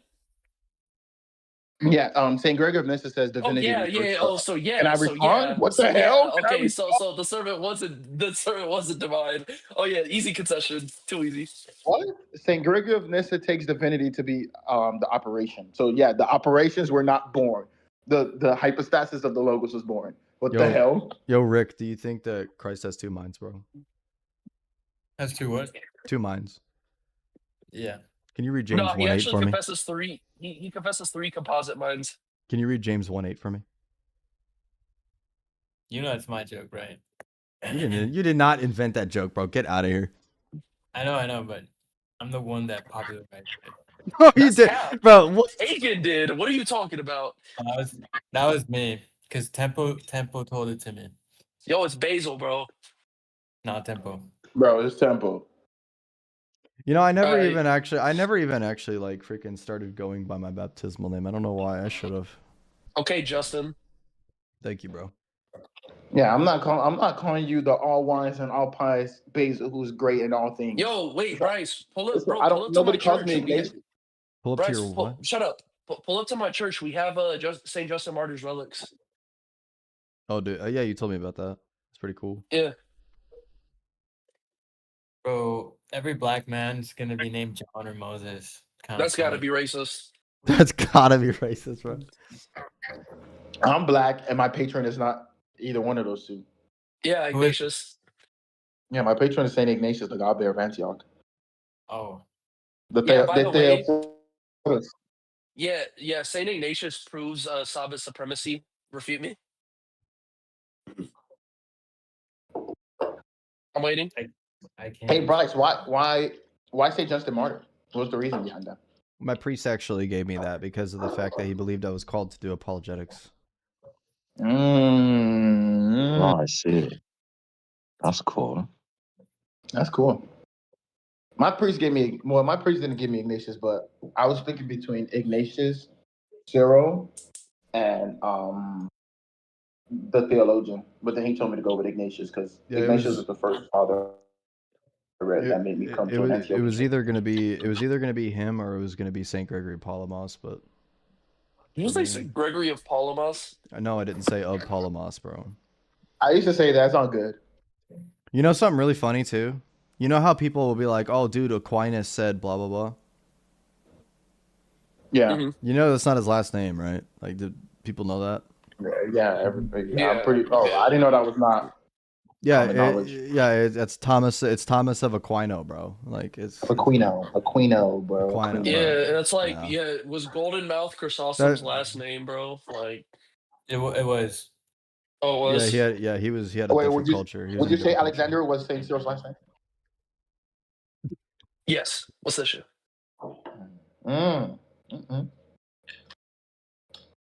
If I remember correctly, Saint John Chrysostom, like, isn't Chrysostom his pre-baptismal name, and that's why it was John Chrysostom? No. I thought, like, is it Chrysostom a place or? No, Chrysostom literally just means golden tongue. It's because he was the best interpreter of the scripture. Yeah, because of his long homilies. Like, he sent there his homily, and he's just preaching for 2 hours. On one verse. On one verse, literally. On one verse. Bro, 2 hours just breaking down St. Paul. Bro, I looked at how big his interpretation on Romans was, and I was like, bro, what? Yo, dude, Sorry, I need you guys. I need you guys to help me bully Harvard University. Can you do that? Yes. What? They're the only. They possess all of the manuscripts of Matthios Angelus Panarentos, who was like freaking like a huge anti-Latin dude in like the 1400s, and he wrote You don't this even thing. know Greek. What the? Why does that matter with what I just said? Because you're not that guy, pal. Bro. Bryce wanted to be apologist, but can't even read Greek. Oh my gosh, bro. Look, dude, I don't think the Saints knew English. Wait, can you prove that? No. Yeah, I guess so, like, I guess not. So Saint Raphael of Brooklyn actually translated the liturgy into English, so you would just be wrong. Wait, Bryce, what's the name of the guy? Huh? What's the name Bryce, of last question. Hold on, Greek? Rick, because I'm about to leave. Last question before I leave. Christ, Bryce, would you say Christ in his humanity knew English? Ooh, that's a good question. I don't know, man. Honestly, I don't know if that's a yes or no on that one. I don't know. So you concede, okay, thank you. I just don't know. Wait, so Christ didn't know all things. Wow, Lord have mercy. You know something that me and Sig talked about the other day that was like blowing my mind. So Sig is like thoroughly convinced, and like honestly, like I could see it, like why like he believes this. So I kind of like get it. He actually made the argument that Christ did not even actually have to use the bathroom at all. Oh, I can prove that. Don't the fathers make that argument? Something like that, because he basically makes the argument that because Christ was so perfect in his humanity, right, his body knew how to perfectly utilize all forms of bodily functions, so there was nothing of waste in any way, shape, or form. Well, defecation is from the fall. God did not create us to defecate. Christ took our natural passions, and defecation is not a natural passion. This is from the fall. So St. Epiphanius makes the argument that Christ did not go to the bathroom. Given the fact that when Moses fasted for 40 days in the wilderness, he argues, where did he go to finish? But by the grace of God, Moses did not have to do X, Y, Z. So then he argued that Christ did not do X, Y, Z because he is perfect in all ways. And I have the quote where Epiphanius verbatim says that he did not go to the bathroom. But I gotta go. God bless. God bless you. Pal Patsanov in chat says type of stream that you wake up to on autoplay after a 3-hour nap. Yeah, bro, for real. Wait, does this mean that this is GG's to the argument of servant of merciful, your God go poo poo? Exactly. I just say no, he doesn't. Yo, He it's just did. too easy. It's too easy, bro. Yo, servant of merciful. Yo, people that are in the chat, because people are then we got 40 people in here. Freaking, like, do you guys prefer to have things like this more often, especially like during Lent times? Because like I don't mind. Because I'm not even gonna lie to you, bro. As soon as I went live on TikTok, I wanted to kill myself. Damn. Like brother, it was so bad. Like the second that I went guy. live, the first guy that came up was a militant Muslim, bro. Like off rip, and it was literally the worst thing ever. Yeah, so like, how do you not count 3 gods? It wasn't even that, bro. It was worse. Like he literally said, he said, is everything that is true in God's mind true in humanity? And I'm like, what? I mean, sure. And he's like, is there a real distinction between God and humans? I'm like, yes. And he's like, what? Okay, so did God create eternally? And I'm like, what? Like my mind, like I literally couldn't even follow like what he was trying to give. It was the worst. What? It was horrible. And then I Bro, ended does up that eventually follow? I ended up kicking him because I literally because he basically said, "Oh, it's a yes or no," and I said, "Oh, it would be insofar as like because he basically says, does God create us from eternity because we're in His mind?" That's basically what he said. And I said, "No, Sure. prior to that, He knew us in potency, right? In that term, and then He actualized us at the appropriate time. Sure, that's the method that He would know us, right? In the logi." And he's like, "It's just a yes or no question." I'm like, "Are you serious right now?" Like, and I'm like, "It's not a yes or no question. That's a complicated question." And he's like, It's like giving "Oh, a these 24 premise Trinitarians, bro. syllogism and say These yes or no. Trinitarians." Yeah, exactly. He said Fed's rage baiting you. Exactly. That's literally what that was. Like I was just getting rage baited by Feds right off That rip, was dude. Netanyahu.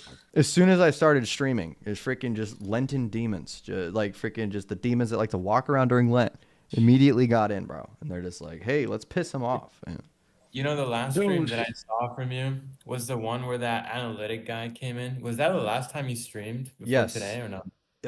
Other than my debate with Metaphysics Mike, yeah, that was the last time that I did an open debate. And that was one of the reasons why I went on a hiatus, because I was like, dude, I like talking on TikTok, but there's so many people, because of the fact that I'm getting bigger on TikTok now, that people are just trying to troll me now. Like, like the majority of the people that come up there are just trying to rage bait me or like troll me in some way because they're trying to get a reaction out of me. And it's so tiring. Like, I'm just sitting there and I'm like, bro, I don't want to hear all of this analytic demonic slap that you're giving me. I don't care about any of this. Like, and it happened in the Discord the other day when I was literally in here in a freaking match of Deadlock, bro. I was locked in playing Deadlock in a real match. And I was just chilling in here with some people. And this freaking atheist dude comes in and makes an argument. He's like, Orthodoxy affirms ontological pluralism. Ontological pluralism is false, therefore orthodoxy is false. And I'm like, are you serious? I was like, wait. That's a real argument? And I'm like, what's your justification for ontological pluralism being false? He's like, well, because of the fact that existence is something that's binary, so it's 1 or a 0, so ontological pluralism can't exist. And I'm like, are you serious? Like, I was I was like Jay Dyer level, like just done with people at that point. I was like, this is the dumbest thing. I was like, why do you analytic people do things like this? Bryce, you got to share the Deadlock invite, bro. Just friend me on Steam and I'll invite you to Deadlock. I didn't know that it was that gate kept, bro. I'm sorry. Hey, Bryce. So I was on a live with Slim and Dom yesterday, right? And this atheist came up, and this was his argument. Atheism is the necessary precondition for language. If language, atheism, right? I concede, So, bro. That's good. bro, I told bro to demonstrate it, and he just said impossibility, the contrary. I said demonstrate it. He just said that again, and I'm like, bro, like, what? What you like? I've pretty much completed not- I've pretty much completed my impossibility of the contrary thing. I just haven't really released it because it's kind of a meme. Because I don't want people to actually take it seriously. But I did get up to 115 premises. I do have it. Brother, what? Yeah, if they say what? Yeah, it's 100. Hey, so it's the impossibility of the contrary, brother. I have it. real question though, what would be kind of like, how would you, if an atheist genuinely brought you that, they weren't trolling, like how would you even go about like addressing that, like what I just said? I mean, like you just say that it's begging the question, dude. That's what I said.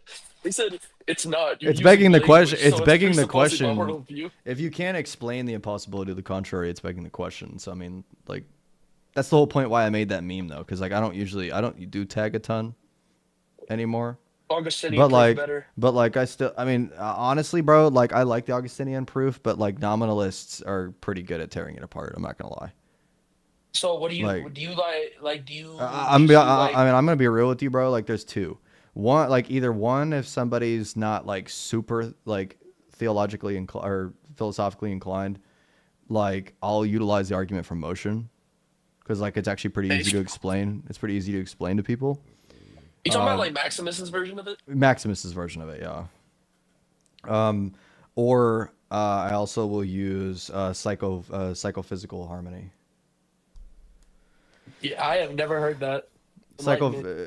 Basically the fact that there is the ability for us to all psychologically and physically be in harmony with the same accord, or have the same beliefs, or have the same exact understanding of everything, that it basically necessitates some kind of first capability of that being possible. It's a psychological argument for God rather than a philosophical argument for God. It's actually really good. Bryce is converting people with mental fatigue. Yep, that's fine. Whatever gets them to church, bro. I mean, is that not what, you know, like the little kid Thomas be doing?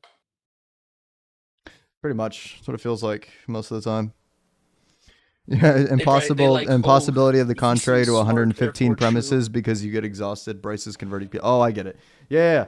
I'm converting people using mental fatigue because if somebody says demonstrated, I'm like, all right, premise 1. And then we're like 30 premises in, and he's just like, is this ever gonna end? Oh my god! And I'm like, well, I mean, no, we got about 70 more premises to go, but you told me to demonstrate it, bro. You told me I was begging the question, so let's get it. Premise 45, Neoplatonism asserts this. Buddy. Yeah, it basically just walks through every possible epistemic position that I could think of, and just going against it and showing that it can't acquire knowledge. That's literally Bryce, all this just to lose to the argument, if God is being, what is he being? Yeah, it's always my favorite. If God is being, what is he being? Thanks. Oh, by the way, you were gonna look at Andrew Wilson's debate with Tim Pool. That was terrible. That was so bad. Yeah, I'm kind of scared to watch it. Well, Emmanuel for 50 MX. Thank you for the fake money. I don't know what that is, but it's Mexican pesos. Oh shit! Okay. Of course, you know that. If you won't super chat, you are begging the question, as proven to the impossibility of the contrary. Thank you, brother. I appreciate that. No, Bryce, you should react to the Central Dawa and Captain whatever the hell his name is. Taraziak. That joke was hilarious. Tazariak or whatever. Nah, bro. What I forgot what Dom calls him. It's like some on a yacht. I don't even know, bro. You said so. You say tag is weak. No, I don't think tag is weak. I just don't think it works in most situations, and that doesn't mean that the argument itself is bad. It's just most people that are actually looking for an argument for God aren't actually capable of comprehending things at an epistemic level. I'm just being real, bro. There's just no point. Most people that are asking that question, pray of God, they don't even have a possible understanding of what we're even asking in the first place. That's the only reason why I just don't really use it that much anymore. It's not because I think the argument itself is bad. I just think that it's so convoluted, and there's so much that goes into it to the point where 95% of people are not even going to track it. They're just not. It's not going to help them come closer to God. They're gonna assume that it's just slop and just not listen. And then what's the point, right? I try to give arguments that people can sit and chew on and be like, okay, yeah, I get it. But the problem with tag that I've said in the past is that sure, even if you prove that God is a necessary precondition, even if you're capable of proving that and convincing the atheist of that, guess what? Now the next step is way harder. Because now they're going to say, which God? Have fun with that one, dude.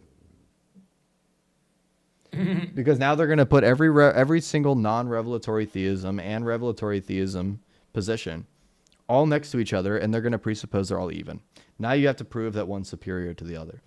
And it doesn't matter what kind of sources you use. They're still going to assume it's biased. Kind of like how it's a question I always ask to atheists when they're like, I need evidence outside of the Bible that Jesus did blah, blah, blah and resurrected from the dead. I'm like, okay, let me ask you a question. Let's say it's the 1st century and there's a guy outside of, I don't know, the apostles that witnesses the resurrection, and he can write. And he decides to write that he saw Jesus resurrect from the dead. Would that end up in the Bible? And he says, probably. And I'm like, so then your point is impossible to make. Thank you.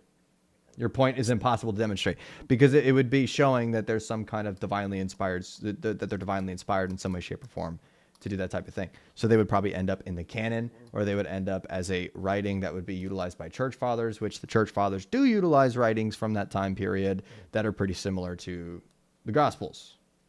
And then they don't care though, Like because the guess what? Shepherd The of church Hermes. fathers are biased. The church fathers are biased because they're Christians. So of course they're going to do that. It's just so dumb, bro. Bryce read to a guy once, I think. What? Oh, yeah. I know what you're talking about. Yeah, that the FDA's 38 premise one. Yeah, it's pretty good. I mean, it's just like people don't like.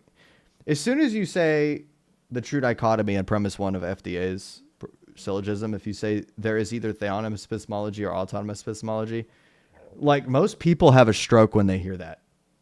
They're just like, "What did you just say to me?" Like, what does that even mean, What did you bro? just call me? Like, it just immediately just freaking whoosh, bro. Hardcore whoosh. And then there's just no point. Like, now you have to explain what that means for 15 minutes. It's just not, it's not worth it. Like, it's, I don't have any, can you use the problem of the one and the many and the criterion problem? I mean, if they're like a Neoplatonist, sure. Or they're like a Platonist. I mean, but like, if they're atheist, they're not going to care about the problem of the one and the many. That problem exists in theism, not in atheism. They don't care about that. They don't think that anything created the universe anyway. The many always was many. They don't even have an issue or with saying that that there is no simple origin to anything. Like they would just concede that. Like they'd be like, yeah, no, everything was always everything was always composed. Right? They don't care. They'll concede the infinite regress because if you appeal to an infinite regress, you don't have to appeal to a composer. That's the best part. So now you have to try to prove that it's impossible for the universe to be eternal, which is its own pain in the ass. That's the issue. So again, like the problem of the one and the many is fantastic if you are holding to a position like Platonism. Like that's what I used in one of my videos that I uploaded like, I don't know, 2 months ago or so, where I was debating a Neoplatonist. And I explained to him the problem of the one and the many, and he just conceded at the end. He's like, yeah, I have to look into that. I've never heard of that. I'm like, oh, dope. And then the video ended. You know what I mean? Like that stuff can work against people that hold to an extreme monad divine simplicity philosophical view. But there's not like atheists don't care about the problem of the one and the many. They don't think it's a problem. Like, sure. I mean, everything is always freaking composed, bro. Who cares? There's always parts. Most of them are nominalists anyway with that. They'll just say everything's a part. No, there's no holes. I don't care. Hey, Bryce. So is God everything that he is? Are you going to ask what is he? No. Yes. So God's a composer, right? He composes humans, sure. But you just said he's a composer, right? Yeah, he's a composer. Oh, so he's composed. How does wait, hold on. How does being the cause for something necessitate you're the effect of something, Basil? Please go ahead. So is a music composer composed? No. What? No, they're literally not. You just refuted yourself. Hold on. Name one music You composer refuted that isn't yourself. composed. No. Bro, Name me one music composer that isn't composed. Oh wait. No, that's equivocation, bro. Two different senses of composer. Try that again. Yo, Rick, I equivocate that you're a Jew. How about that? For real, bro. That's I have 1% Ashkenazi. Rick, isn't your name in a certain server Sochericos Enjoyer? Maybe. I rest my case. Me and Barlam talking about EED and hell, we low-key agree.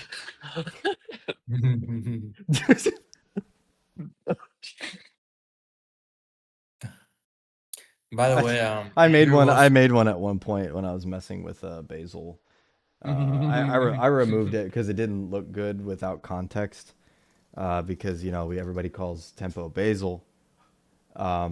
And so I made one of those things where it's like the two guys in the club like talking from American Psycho, right?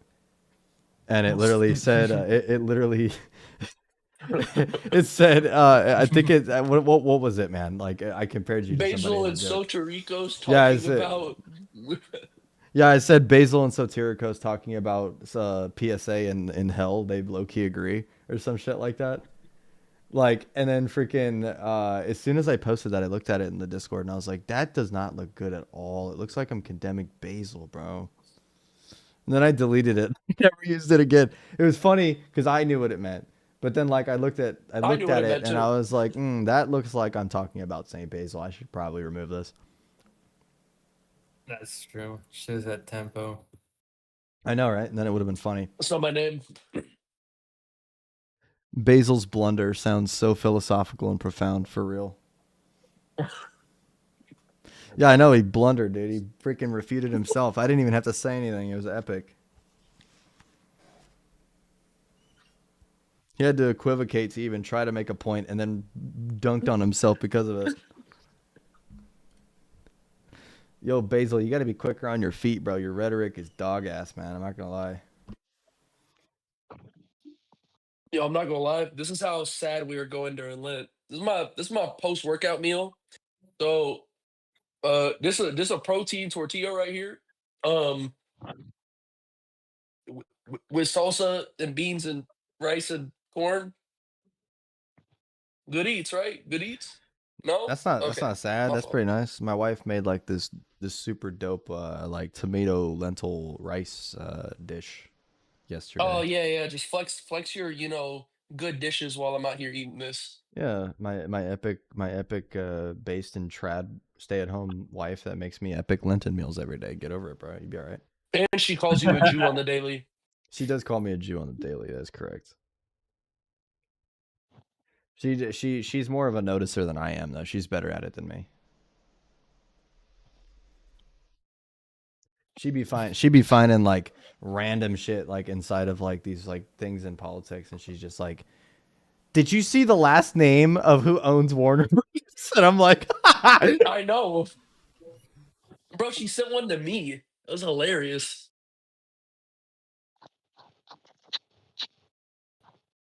Oh, so she's a nurse. I see. Anyway, I'm gonna go ahead and end the stream. I'm going to bed. I'm tired.